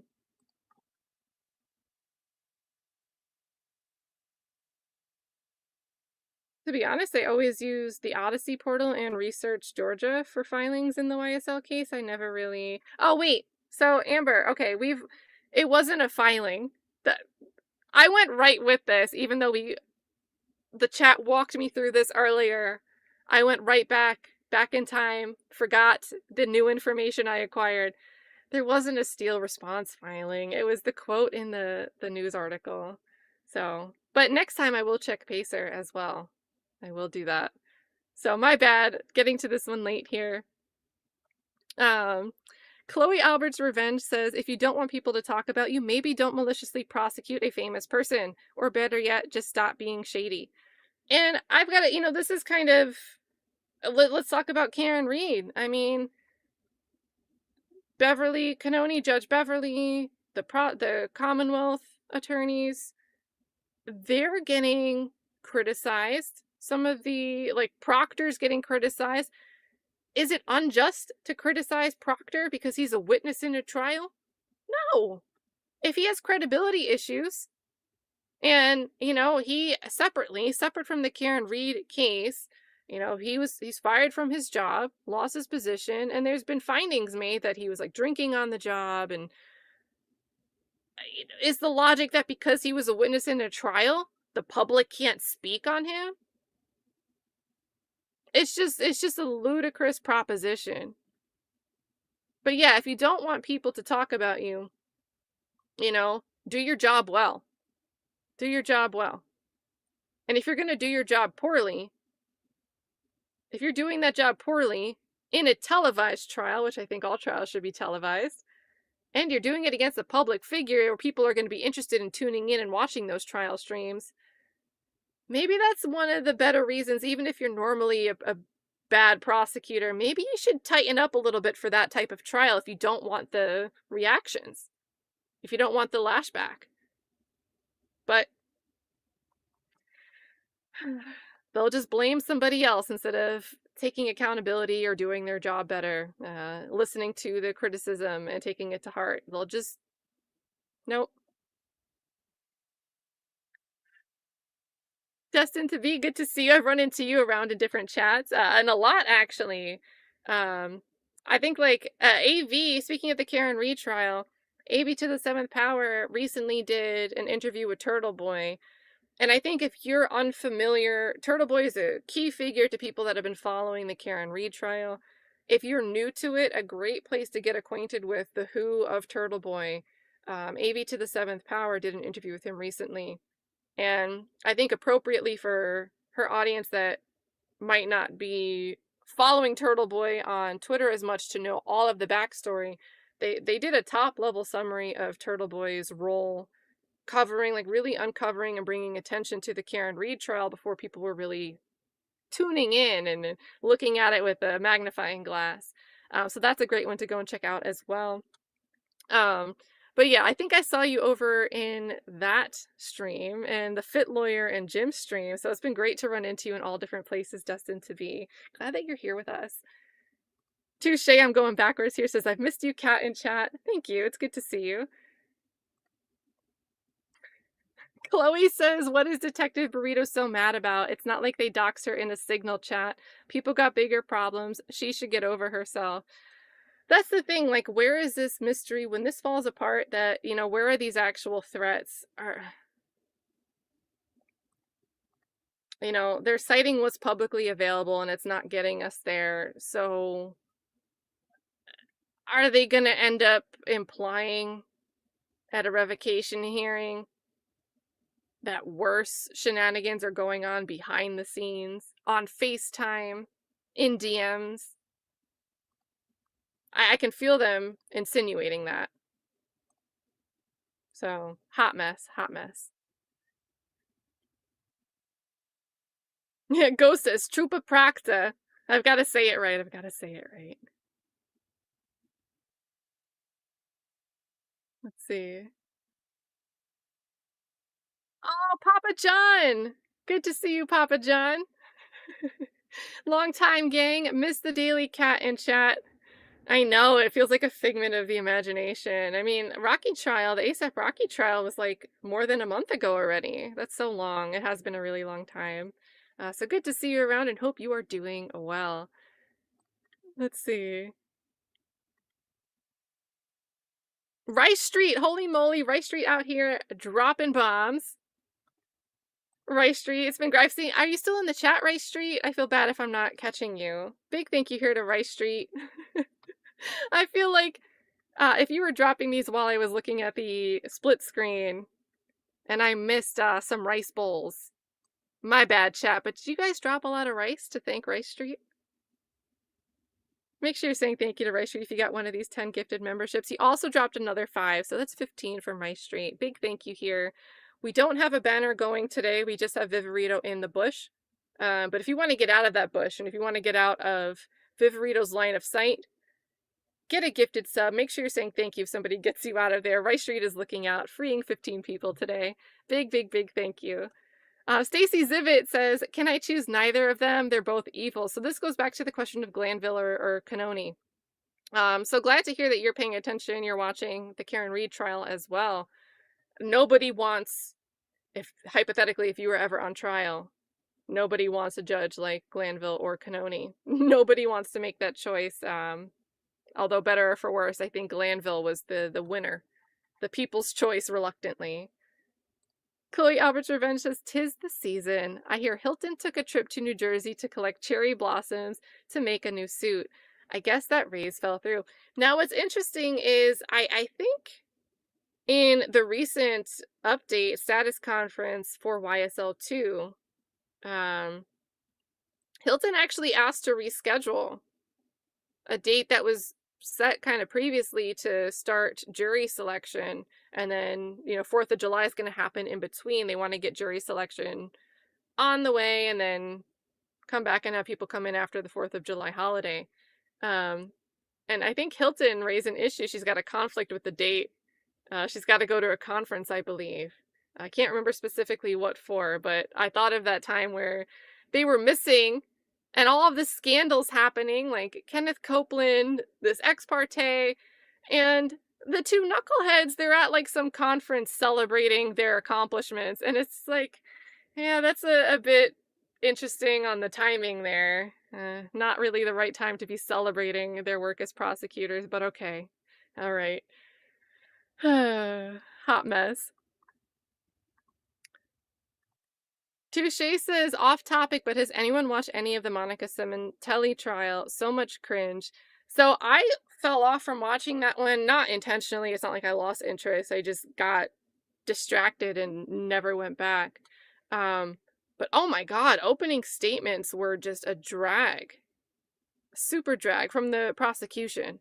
So I don't know what's happened with that trial. I just know that there's been like juicy text messages, and then I've seen clips of the guy that she was having the affair with that killed her husband. He was a hot mess. His statements were a hot mess. So that was messy. That seemed cringeworthy for sure. But that trial is still going on, I think, right? It's a long stream. But that's another one to check out, you guys, if you're looking for a new trial to watch. It's juicy, it's messy. I'd say skip the opening statements because they were like 5 or 6 hours long. It was very long. Just jump right into the trial. Oh, let's see.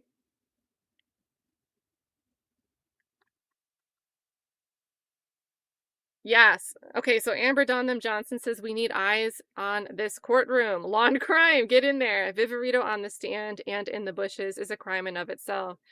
No slime left behind. P.S. I love this place and cat and chat. Thank you. Right back to you. And yeah, cameras in the courtroom. Remember, Sylvia's in there for the OMF hearings over the past week. I believe she's going to continue to go as the hearings proceed. Maybe with that trial as it develops, maybe more cameras will take an interest in it.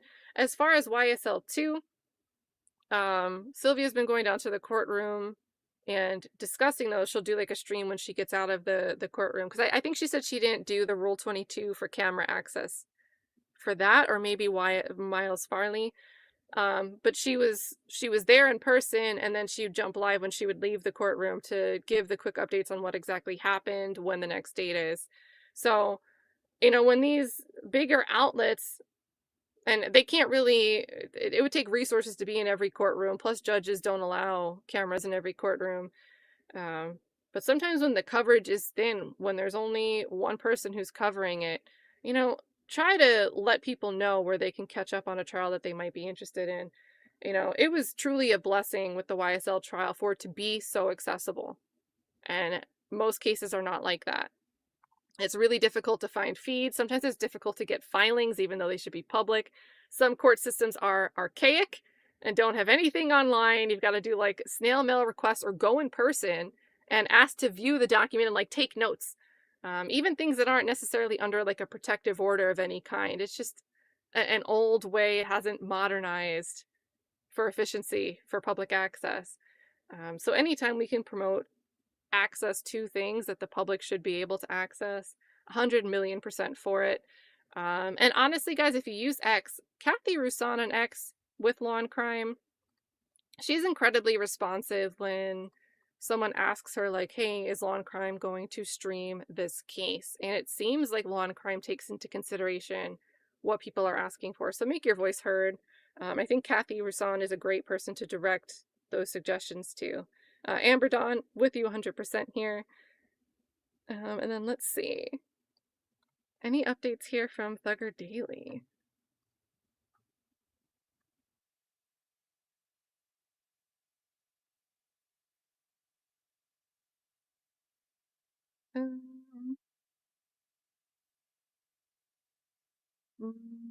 No.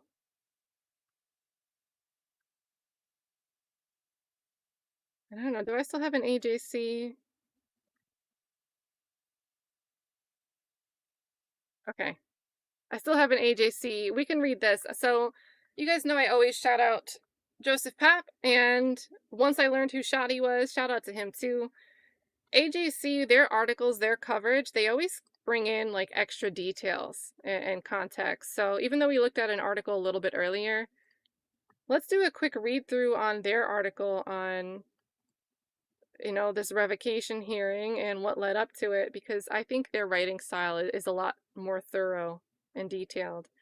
But we've got 5 months after Atlanta rapper Young Thug pleaded guilty in a lengthy gang trial, Fulton County's district attorney is asking a judge to revoke the superstar's probation.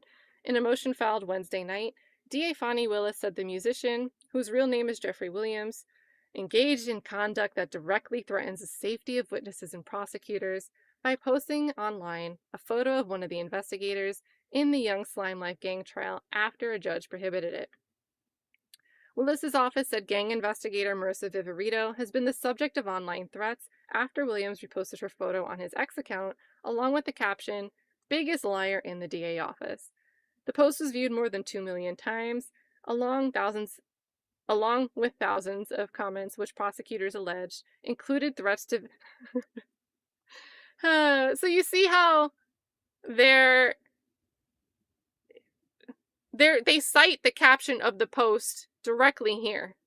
Joseph Papp, Shadi Abusad, they're citing this directly. But what they're not adopting, here they're going to say allege, in which prosecutors allege included threats to Viverito and her family. You know, we're not going to just give the direct quote. We're just going to point out that they're alleging something and we don't have a quote for it that shows that. The post no longer appears on Young Thug's social media account, which has 6.6 million followers, so he took it down. Viverito is currently testifying in a preliminary hearing for a separate gang and murder trial, in which the judge explicitly ordered that the investigator not be shown while testifying. She was the final witness in the YSL trial, which centered on Williams and became the longest trial in Georgia history, but took the stand after the rapper pleaded guilty and received probation. Prosecutors allege a blogger violated the court's directive and posted a picture of Viverito on social media, and that Williams amplified it to his audience, resulting in threats against both the investigator and Willis. And again, this is not, all of this points to not a direct threat from Jeffrey Williams. Williams' attorney, Brian Steele, said Wednesday that his client did nothing wrong. Jeffrey has done nothing to violate any condition of probation, Steele said. It is rare that any threats of violence or violence itself is justified. No one should be threatening any witnesses at any time. Jeffrey had nothing to do with any supposed threats. So we saw this quote earlier in the other article. In a post Wednesday night, we read this tweet. I'm a good person. I would never condone anyone threatening anyone or definitely participate in... I think this is supposed to be directly, and it corrected to directly. Definitely. So, I'm all about peace and love. According to prosecutors, Viverito's home address and her parents' home address were public, and according to prosecutors.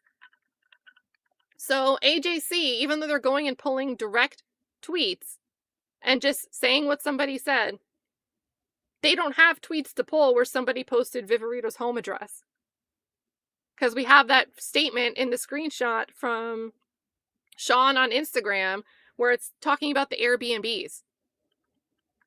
That's not saying someone's address.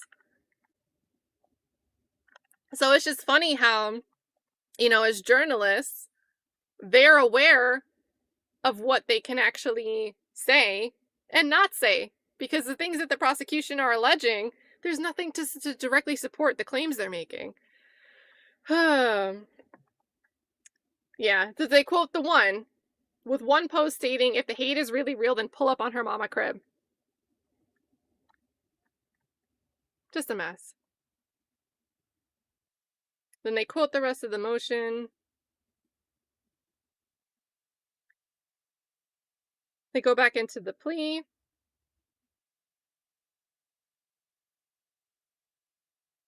Yeah, he's allowed back for the weddings and funerals.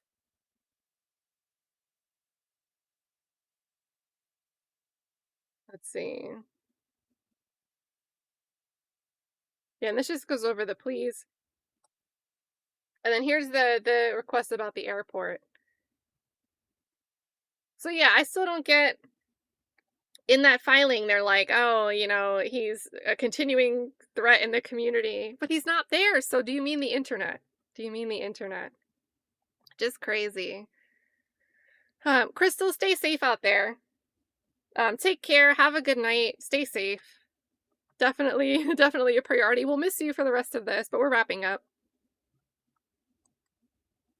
And then hold on a second, guys.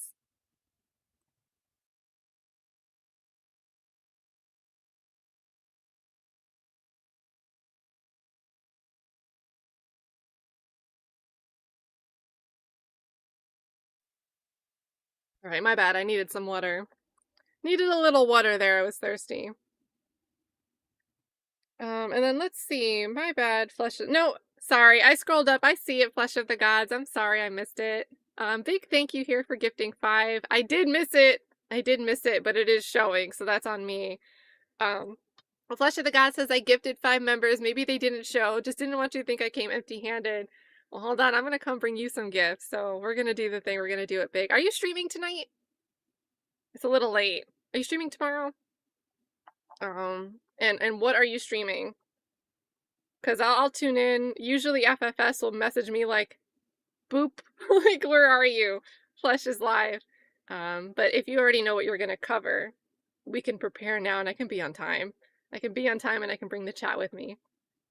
So that would be super awesome. SteffJK! Holy moly! Holy moly! Where have you been? Where have you been? Where have you been? Oh, and Happily Angry Lawyer came in here with a typo. Everybody pointed out. Everybody tell Happily Angry Lawyer that he spelled something wrong. So shout out to guys. Okay, so he just did a stream. And he did it faster than us, you guys. Let me get a direct link there to that stream. We're on here so long because we've been talking about you and your awesome work. I think the chat will tell you I've like interrupted, you know, whatever we were talking about like 3 different times to talk about you. In a good way, in a good way.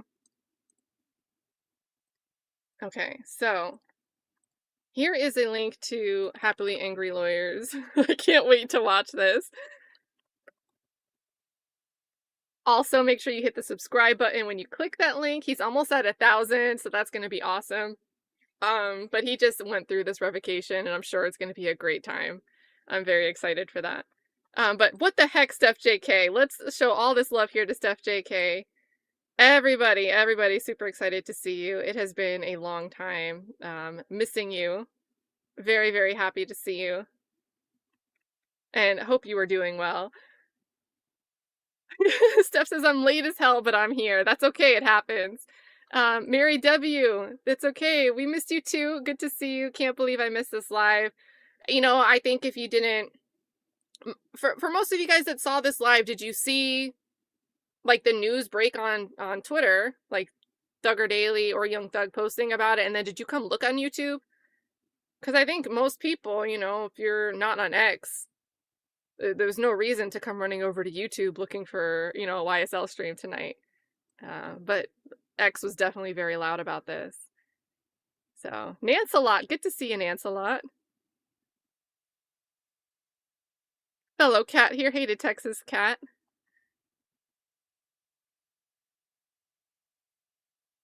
And Trina Tina, the whole gang is here, you guys. Trina Tina's here as well. Good to see you. It has been saying hey to everybody at the end of this stream here, because again, I think people didn't see that we went live. They didn't know to look for it. So if you're just joining in now, we are wrapping up. Is there anyone that you want to be redirected over to? Who's live right now? I'll share Happily Angry Lawyer, Jim R. It's gonna be weird. I don't need to call you /Jim R anymore. Unless you want like a really long AKA list every time I say your name. But I'll share Happily Angry Lawyer's link to the stream he just did.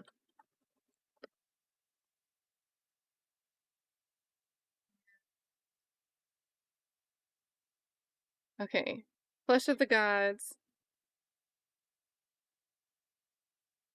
Hold on, wait, I don't see. And good to see you, Barriqua Jewel.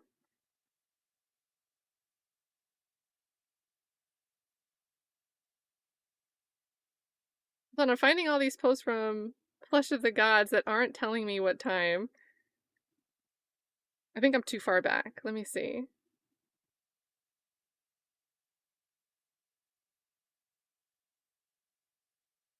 6 Mountain Time. But what day? Why am I not seeing what day? Can you run it back one more time, Flesh of the Gods? I'm like not seeing it. So 6 Mountain Time every day. I'm gonna check your channel. Good to see you, Nikki. Good to see you. You did it again. You got the extra T's in there. That's okay. You can spell my name anyway. Or maybe this one was to Texas Cat. This one was to kattnotwilliams. Nita Beta, good to see you.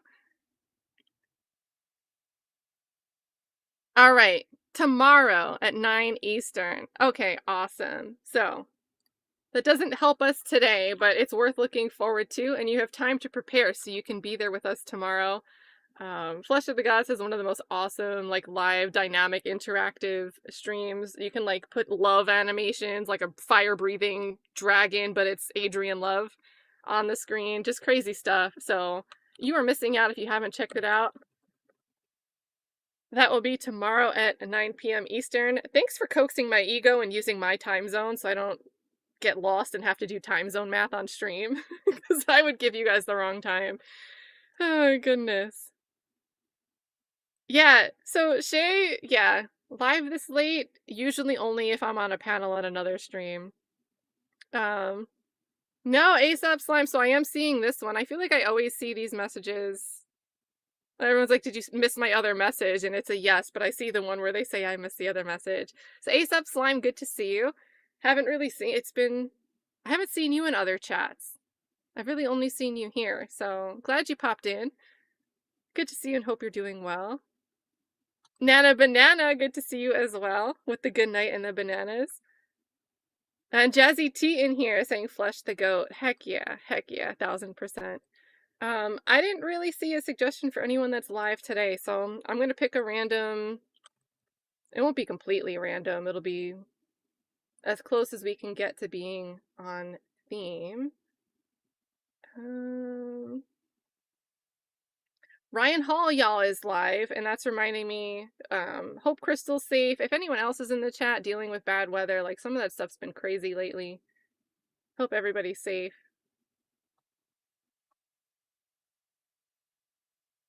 I feel like I have a problem because I'll watch the weather streams and I'll be like, oh my god, but I watch it on purpose. Just to, like, panic until the storm is over. And while I won't redirect you guys to Ryan Hall, we've got... Doo-doo-doo.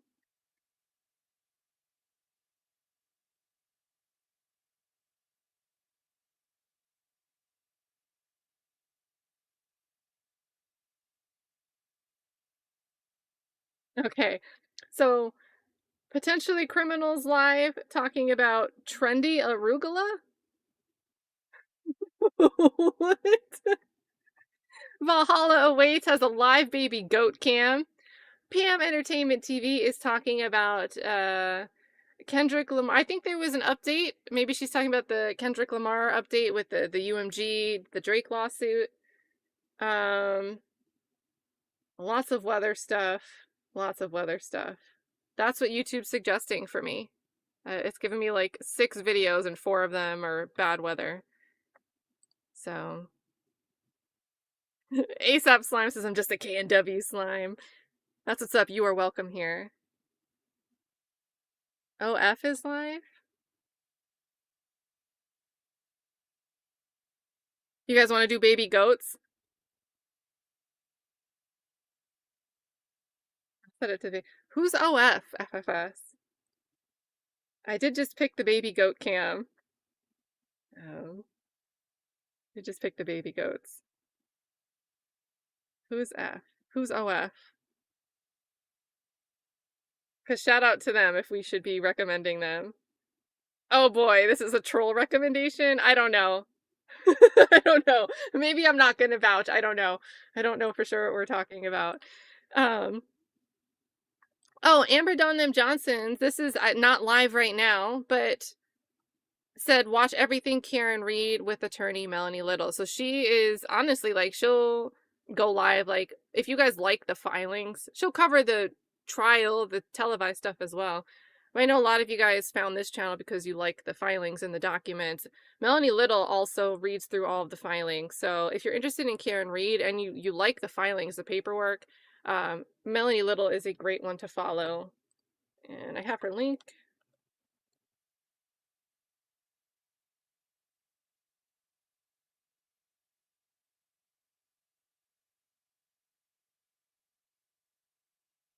And dropped her link in the chat, or if you're like watching on replay, just search attorney Melanie Little and she'll come up right away. That's a really good recommendation there, Amber. And Tay Biz, thanks for the 10 here with the blue heart love. Thank you very much. Appreciate you. Let's see, Positive Q. Oh my god, I miss Positive Q. Said 10 by 10, miss you all. Good to see you. I hope you're still in here and catching this.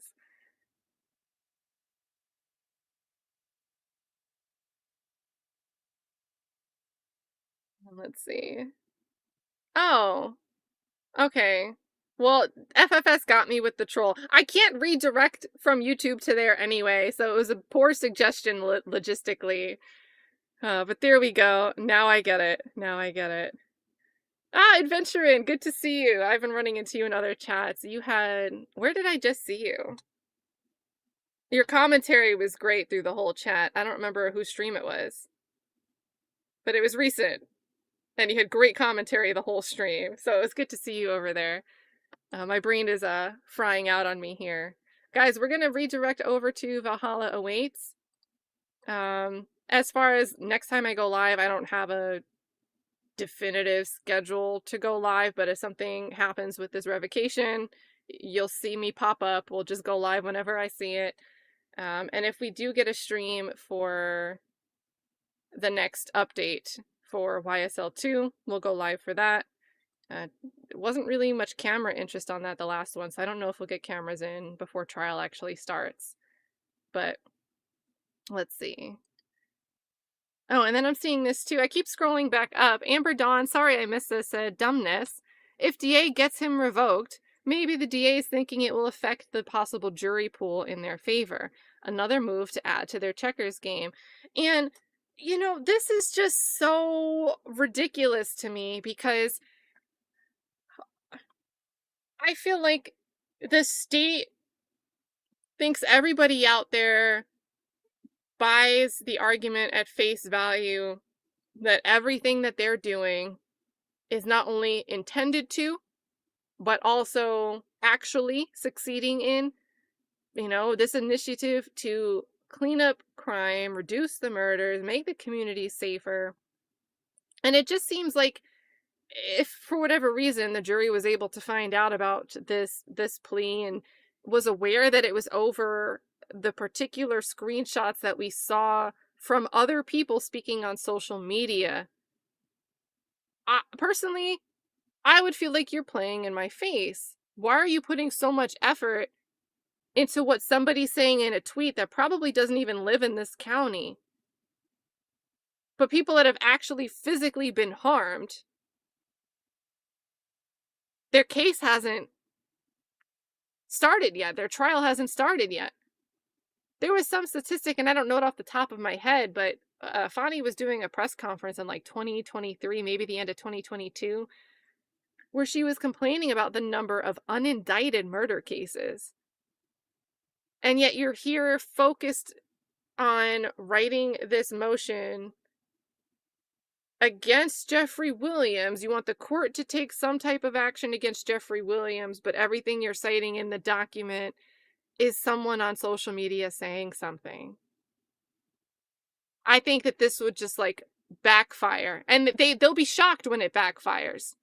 They'll be shocked if there's another group of jurors that decides to share with the public what they thought about the trial and their experience sitting on the jury through the trial, they'll be shocked all over again if a juror for round 2 comes out and says, you know, the things that they were doing were kind of funny. I felt like they were wasting their time on irrelevant things.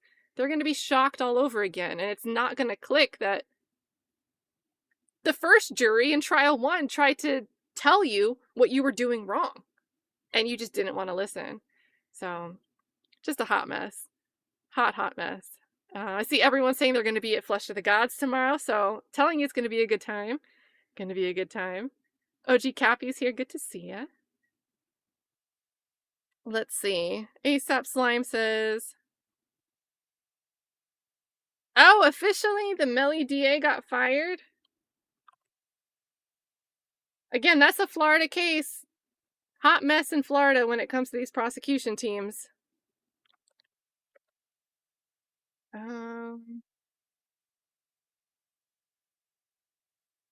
Let's see. I'm also going to share a link here. Again, I don't think that Bryson Boom Paul has a YouTube channel. So again, if you don't use X, this isn't really going to help you get connected. But Bryson Boom Paul has been, like, anytime there's a new filing in the YNW Melly case, he's been on it all the way back in the day. So perfect person to follow if you want the updates there. What do we got? That was yesterday. New bond hearing. I saw this earlier. A second bond hearing for YNW Melly has been set for Tuesday, May 6th, 2025, according to Broward County Clerk. Melly's attorney, Raven Liberty, will be presenting the argument for the rap star's bond, with Judge Martin Fine presiding. And Fine's been counting the days that Melly's been in custody, so this might be really interesting to watch. Even if you didn't really follow YNW Melly's first trial, which ended in a mistrial, there was some shenanigans going on, and there continue to be going on. Something like this might be really interesting to watch. So I don't see him reporting on the firing. Prosecutor. Maybe a quick internet search. Prosecutor removed. This is back in 2023.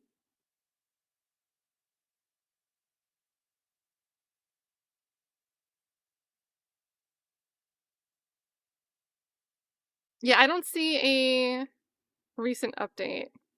Oh, fried, not fired. There we go. There we go.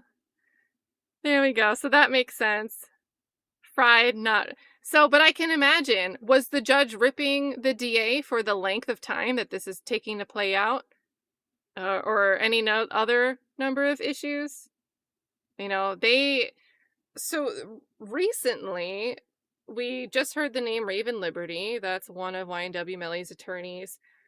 For like, what felt like approaching 3 months, the state was supposed to get it together and disclose and turn over the scope of search warrants that they had to look into Raven Liberty's communications, her iCloud accounts, and they just weren't producing to the court what they were being requested to produce. What is it that you're actually in possession of and have tried to get search warrants to obtain? They just weren't responding to Judge Fine's requests. So it's not surprising at all that the judge is at wit's end. And to be honest, that's not a good position to be in before trial even kicks off, a second trial. And it's a capital murder trial. You know, a judge shouldn't, and I don't have any reason to think that Judge Fine is, making light of a capital murder case.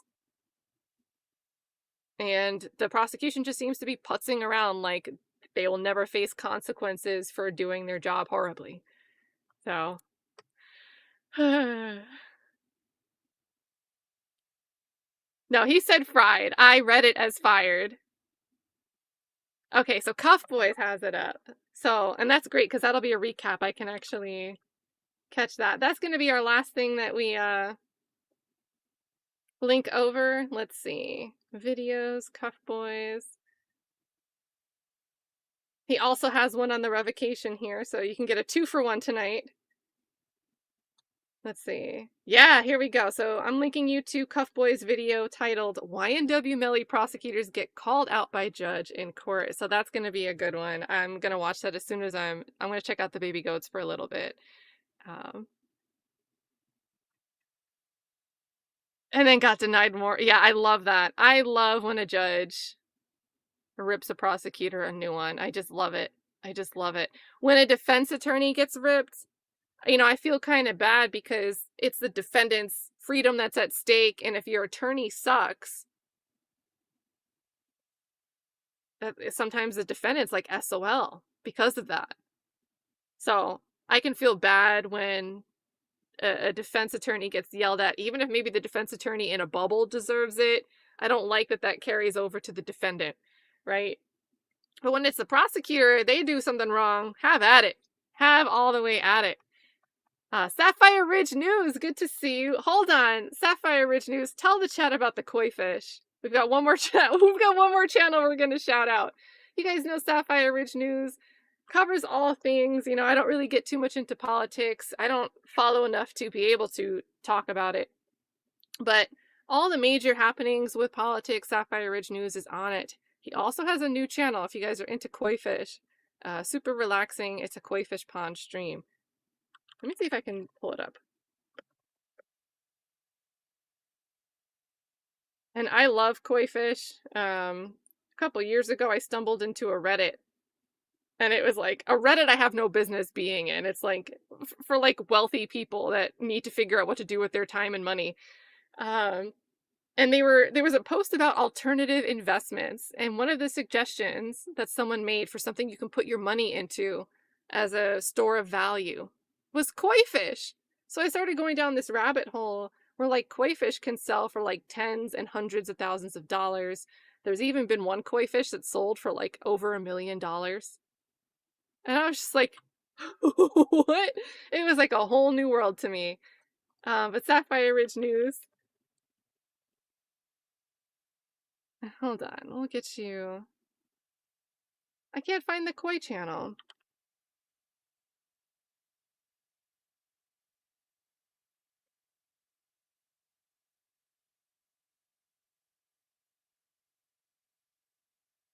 It's not coming up even though I'm subscribed. So, and I'm sure you will.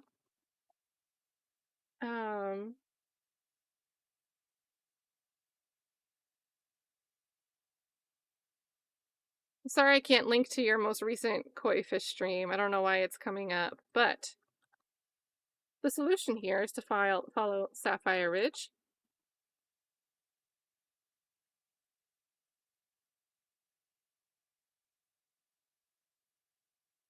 And I'm sure he'll mention the koi fish, and you'll be able to catch it from following his channel there. Yes, marry $1 million fish.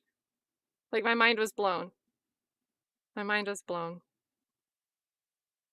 Yeah, ASAP Slime says it's going on 6 years now for YNW Melly.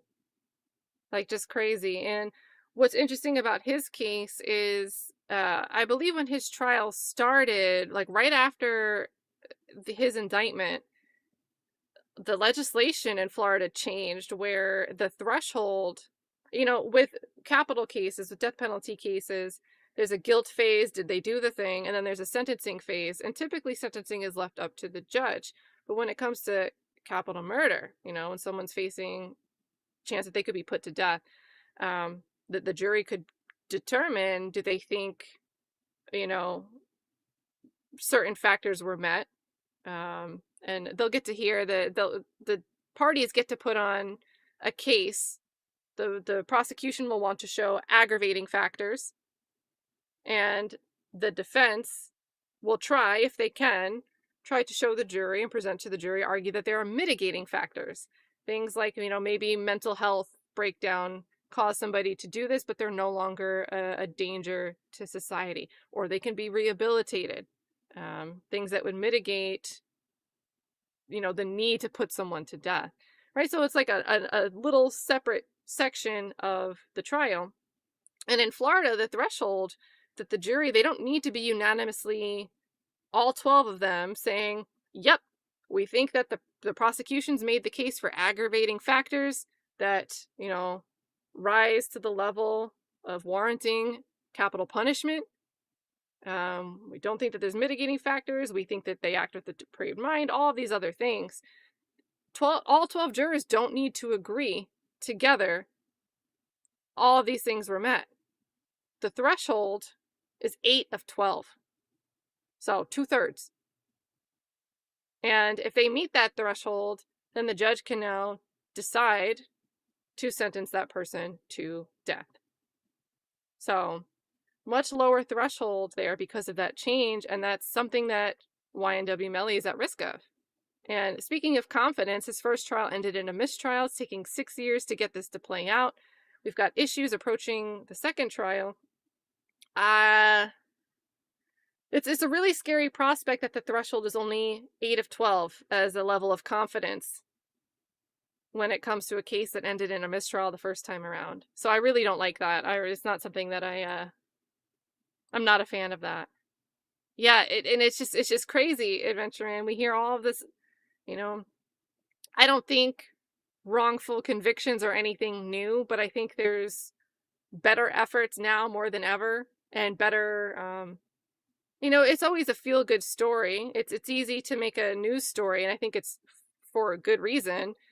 When we hear a story of an innocent person finally getting released from prison and they're exonerated, it sucks that it happened, but it is a nice story to hear that, you know, they're finally free, right? So we're hearing about these post-conviction reversals more and more often. And on the flip side is when it comes to capital punishment, death penalty, you can't reverse that. So I'm not confident in our justice system getting it right. And then when we zoom in specifically on the YSL case, and we already see doubt from the first trial, I think the 8 of 12 threshold is extremely problematic. There should be absolute confidence that somebody, I don't support the death penalty because I don't think it's possible to be at 100% confidence with the way our justice system seems to go. But in theory, I think we should ask and have the threshold be at that upper limit rather than 2/3. Just crazy. It's crazy. Yeah, and some guy, Chloe Albert's Revenge, did you hear the dude that chose death by firing squad recently? And he made a statement saying he like did that specifically so it would be on their mind, right? It's a barbaric way to go, so you know, make it visible what you're doing to me. But yeah, hey, good to see you, Lucinda. And the Hellraiser's in here too. Just crazy. And let's see. And Brad, we're gonna close out. This is super, super generous. Brad, thank you so much. And this is 4 letters, you guys. This is super easy to say thank you in the chat. Don't be too lazy to say thank you here to Brad. Brad's gifting 5 memberships. Thank you for your generosity in supporting the channel and stopping in to watch this with us today. And with that, we're going to say that Brad's getting us on the train here to go watch these baby goats. That's where we're going to redirect. Flesh of the Gods streaming tomorrow. I believe Melanie Little, Karen Reed coverage tomorrow. Jury selection. So if you're following that, Melanie Little's a place to watch. Okay, and Sapphire's Koi Garden. Oh, you know what? I think I didn't have the S.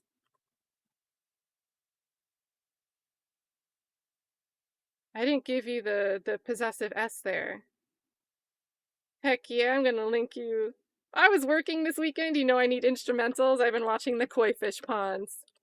So he's not live right now, but here's Sapphire Ridge, his koi pond channel streams. I love background music like that. It gets me in the groove and working and so productive. So there we go. That's the correct channel link now.